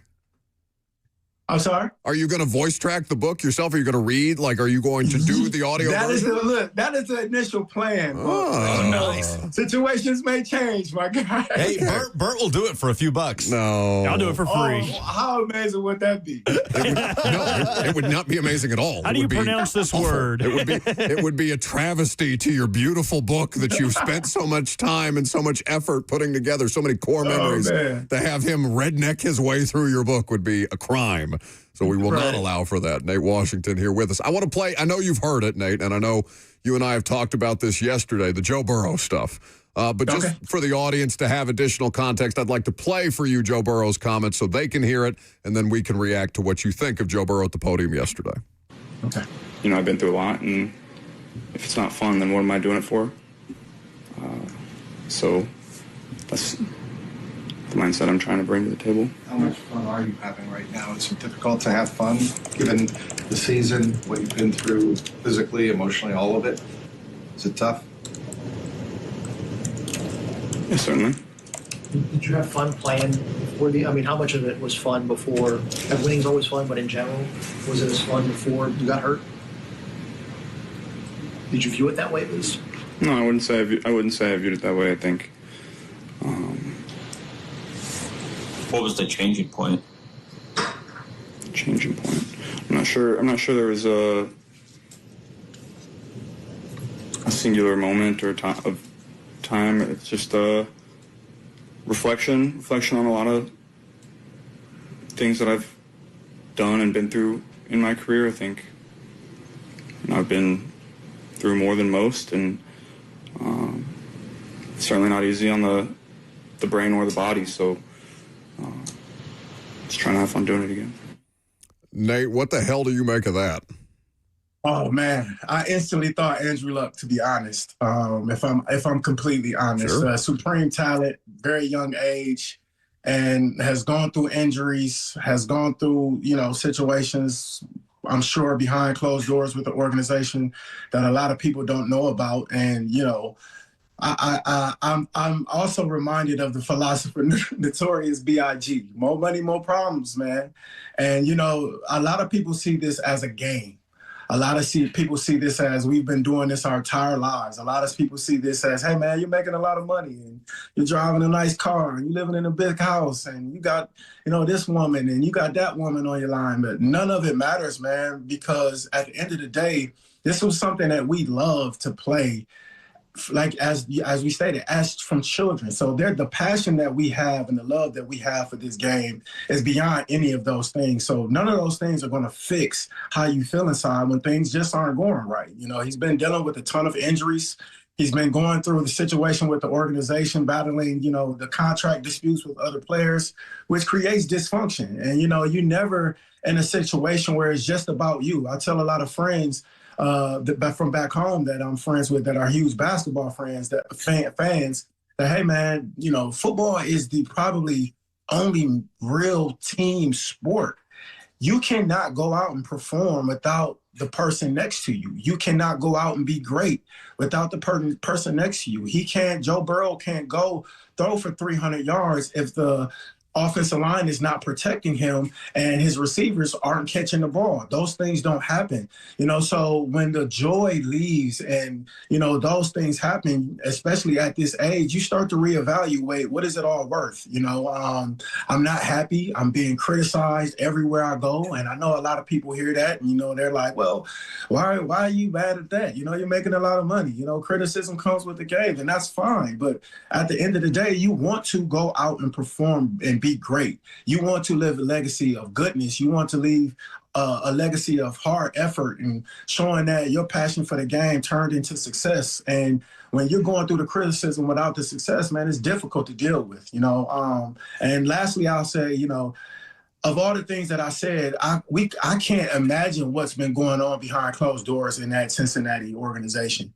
You know, to deal with front office issues or disconnects and not feel the support of the organization in the manner that you need it to be. And as the franchise and face of that organization, it has to be difficult because at the end of the day, the first person that's going to be criticized is Joe Burrow, not management, you know? So it's a tough thing to deal with. But in all honesty, back to what I said originally, I instantly thought Andrew Luck, retirement may be coming sooner than we think. Well, that or a situation where he tries to force his way out. Cincinnati's an interesting, like you said, it's unique in the way that operation runs. And I'd be curious to see what the next 2 years of Joe Burrow look like. The other part of this, Nate, I like Carson Palmer, not to cut you off. No, but that there's precedent there. That's what I'm saying. Like the Bengals organization, this isn't the first. Yeah. It's kind of like Carson the Lions. Got out of here and went to Arizona. Yeah, it's like the Lions and Barry Sanders and Calvin Johnson. Like they ran off two of their legends of the game because they were so poorly run at the time. Obviously, the Lions have taken a turn for the better. The Bengals still have a bit of that stigma around them, for lack of a better term. But the other thing about this, Nate, is it made me think of Cam Ward. Because he was asked a question, I think it was just last week after the Jags game, where he is talking about he's asked about the amount of hits that he's taken. He's the most sacked quarterback in football still through, we're now into week 15 of the regular season. And he's asked, you know, how is it affecting you? Is it affecting your love of the game? And he said, yeah, a little bit. Now it's early on and it could just be prisoner of the moment stuff. And I'm going to try not to blow that up into a thing that's bigger. But those kind of things, as an athlete, I imagine that they can snowball if you don't get the situation corrected sooner rather than later, which everybody knows it's critical to succeed around Cam Ward for the Titans organization as soon as you draft him with the #1 overall pick. But that Burrow thing just reemphasizes that alarm bell in my head if I'm looking at Cam Ward and worried about him. Correct. I think about Bryce Young and Caleb Williams, right? Their first years last year, you seen two guys that were kind of, you know, just trying to find their way through. Organizations weren't doing well. They weren't looking like they were having fun. They weren't looking like they were loving the game as they once may have. But you turn to this year and you see improvement in both teams and in both quarterbacks. You see two guys that look like they're having fun playing football, and it's reflecting in the outcome of these games. And they've been successful and they've improved. So exactly as you stated, you know, this is something that they're going to have to address. Definitely something that they're going to have to understand moving forward with Cam Ward, because in year two, although, you know, that may be quite a ways from now, you don't want a guy that regress. You want a guy that improves. But if you don't improve the talent of the guys around him and improve the skill of the guys around him, then those things are going to continue to linger and going to continue to regress. And it's going to be important for this organization to understand it's not just about Cam. You have to put guys around him that are going to be successful. And in all honesty, first and foremost, they're going to have to address that receiver room in the offseason. The great Nate Washington here with us on 104.5 The Zone at NWash85. Nate, you came into the league in 2005. Phillip Rivers came into the league in 2004. And here he is, signed by the Indianapolis Colts to play quarterback in the NFL after a 5-year hiatus. What did you make of this? And could you suit up if needed in 2025? Man, the amount of texts in our group chat about guys talk about they've been warming up, it has been downright hilarious, man. The amount of guys that are ready to make a comeback for a game check is downright hilarious at this point. Well, especially when a game check costs nowadays. I'm sure plenty of you guys are trying to warm up a little bit. Oh, man, they're passing out so much money, Buck. I got a couple practices in me. Just a few. So, I could do a practice squad stint. Man, at the same time, it's both entertaining for me, jokingly, but it's also commendable. You know, for this guy to be in a position to still be at 44 years of age and even be able to come back and function, not only mentally, but to a regard physically, to go compete with 22 or 23-year-old young men, it's like, man, kudos to you. But I'm also, on the other side, like, man, the world of trouble you getting yourself into. And I'm not saying that I'm wishing any pain on him or anything, but man, the possibilities there are tremendous. So I if anything, I commend the mind state for him to be able to go out and give his effort mentally towards this opportunity, man. You will see how it goes, but it's kind of been entertaining for me, jokingly, but it's also been like, wow, this dude is really about to do this. So kudos to him. Oh, yeah, no, I mean, he's clearly insane because he's 44 years old, and they have the Texans left on the schedule. It's the best defense in the sport by a mile. They're going to snap that old man in half, and I just hope that, I hope that he's still talking trash in an FCC-safe way after the fact. I wish nothing but good things for Phillip Rivers because it's delightful to have him back. Just even at a press conference, it makes me happy. Nate Washington, always makes me happy to see him, always makes the audience happy to hear his insights. Again, Football Was My Father, the book available in the Amazon bookstore and in the not-so-distant future, perhaps in an Audible version as well. Thank you, buddy. Correct. Thank you, guys, man. It's always my pleasure. I'll see you guys next week. Absolutely. That's the main man, Nate Washington, with us. Last call for phone calls. We'll wrap up the show next.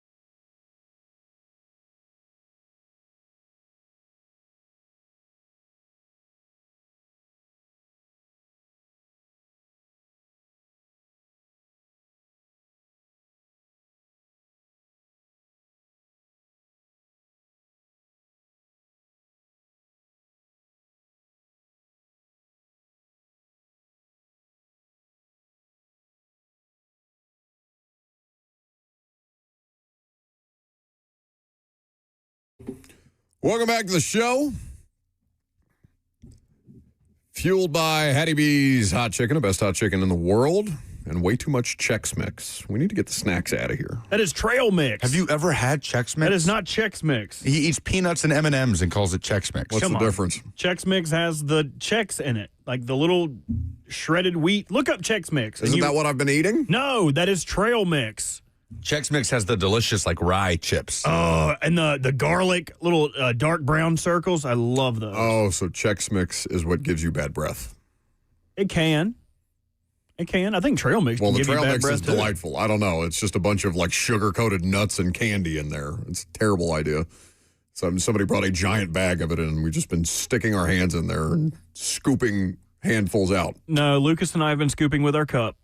Oh, have you? You stuck your hand in there, all willy-nilly. You're the one that put your hand in the cookie jar. Okay. Thursday Night Football is not a great game, but it's a divisional game. It's the 7-6 Tampa Bay Buccaneers, who just lost to the Saints, against the Kirk Cousins-led Falcons. In Atlanta? That's a good question. Where is this game tonight? This game is at Tampa Bay. Ah, okay. Because last time this matchup was played in Atlanta, well, I guess they've probably already played once, right? But last year when they played at Mercedes-Benz Stadium, that was like game of the year. Kirk Cousins 500 yards swag surfing game. Swag surfing Kirk Cousins in his cardigan. So Baker Mayfield is hurt. And, I mean, has there been a player that had more, maybe Daniel Jones because of the injury, and that's unfortunate, and Baker's also dealing with an injury.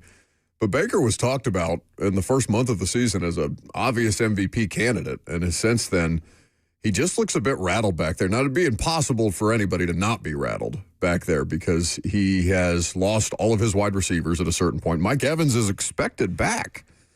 Last I saw, at least that was the discussion in the week leading up.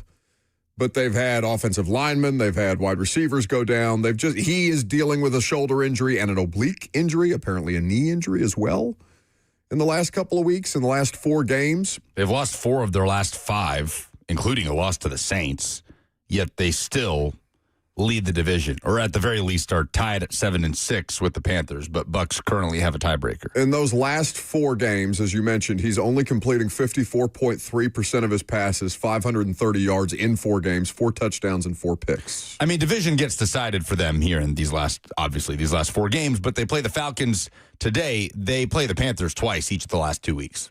That's the big one. So there's your divisional race right there. I don't know if you guys want to. We've had a lot of rumors around the Sharon Moore thing today, but I don't know if you guys have seen the rumors about what's going on with the Falcons. No. I hate when people do this. Oh, I saw Kurt Benkert tweeting something nebulous about it. Yes, it's like the na boo boo. I know something that you don't. But he doesn't tell anybody what he knows. Yes, things are getting messy inside the Atlanta Falcons locker room, is what he tweeted. Eyeball emoji. Yes, yeah, I know something. It's everything but the eyeball emoji. Do you guys buy into because I mean they can't really move off of him this year because the job would be hindered by the fact of having no first round pick. That's what I'm saying. I don't think you can fire him. Yeah, I think you've got to bail halfway through next season if you really want to get rid of him. So I think the person who deserves to be fired more than Raheem Morris is Terry Fontenot, the general manager there, who I also don't think you can fire because you don't have a first-round pick.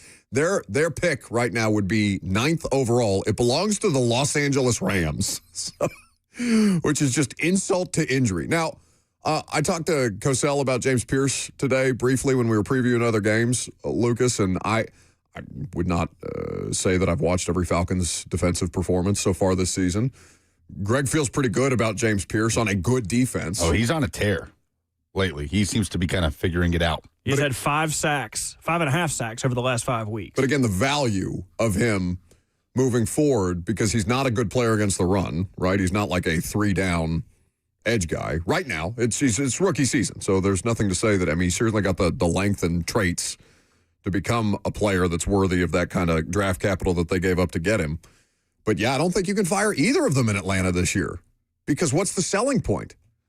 Here, it made sense for Mike Borgonzi, right? Number 1 overall draft pick and a relationship of 16 years with the guy that's going to be your direct report in Chad Brinker. That makes sense. It makes a bad situation more viable because you have those two things. In Atlanta, what are you selling?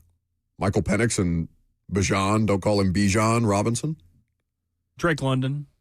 But they don't have any other wide receivers. I mean, Pitts, I guess, but Pitts has to be close to a contract here. Yeah, he's coming up on a free agency tour. But good offensive line, and you can find wide receiver twos. Like, if you've got someone who can attract the defense, like, I feel like finding a wide receiver two is easier. So, I mean, the skill positions are great. Because, like, their second best wide receiver is who? That Mooney guy that used to be decent for the Bears? Yeah. They got rid of Ray McLeod, which he went to the Giants and stayed there for like a week and a half, and now he's off their practice squad. So. Wasn't he kind of like salty about something? Like there was some behavioral stuff going on with Ray McLeod, if I remember correctly. Something like that, but I don't know enough details to. David Sills, West Virginia legend. Do you guys remember that guy? He's massive. He's like 6'4", 6'5". He's 6'3" and 2, whatever. Why did I think he was a quarterback? Big old dude. Big old dude. Anyway. He is their wide receiver 3.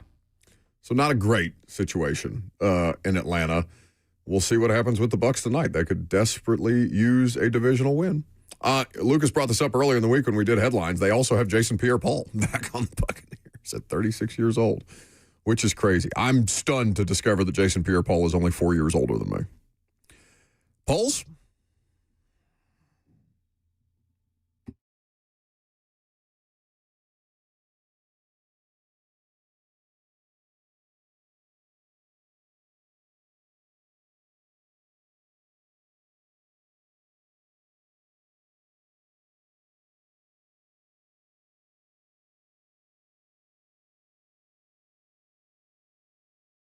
Presented by Two Rivers Ford. Is Joe Burrow this generation's Andrew Luck? 73.7% say yes. Trending in that direction for sure. Is Burrow as good as Luck was?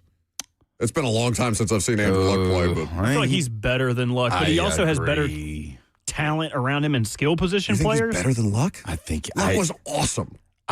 Luck was 11-0 against this team, and I know the Titans were bad at the time, but God. I think so highly of Joe Burrow. No, I think Joe Burrow's great, too. Oh, my God. Watch out. Watch out back there. He can't even reach for his mic. No, put the mic on. He's gasping for air. Help me.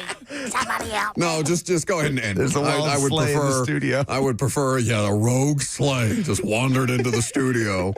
What the hell are you doing here? You don't have to be on the air for 3 more hours. Do your show. We're talking business back here. You're not talking about anything. He's trying to end your life back there. Preferable in my circumstance. What else you got? How did you react to Cam Ward's post-game comments after Sunday's game? 53% majority say indifferent. 43% say they liked it. About 3% say they did not. I'm with the 43%. I like the way that he handled it. I'd like him to feel slighted or spurned. I'd like him to use that motivation moving forward, even if it come off a little bit pouty. What did you think of the Jim Noles hire at defensive coordinator for Tennessee? 70% say home run. Only the rest of the percentage said wanted someone else. So those were the two options? Yep. Yeah, that's fine. Those the polls? Yep. Very good. That's the show. That's going to do it for us this afternoon. Have a great rest of your afternoon. Bert and I will be back with you on prime time tonight at about 6 o'clock ahead of this, whatever it is, Thursday night football game. See ya.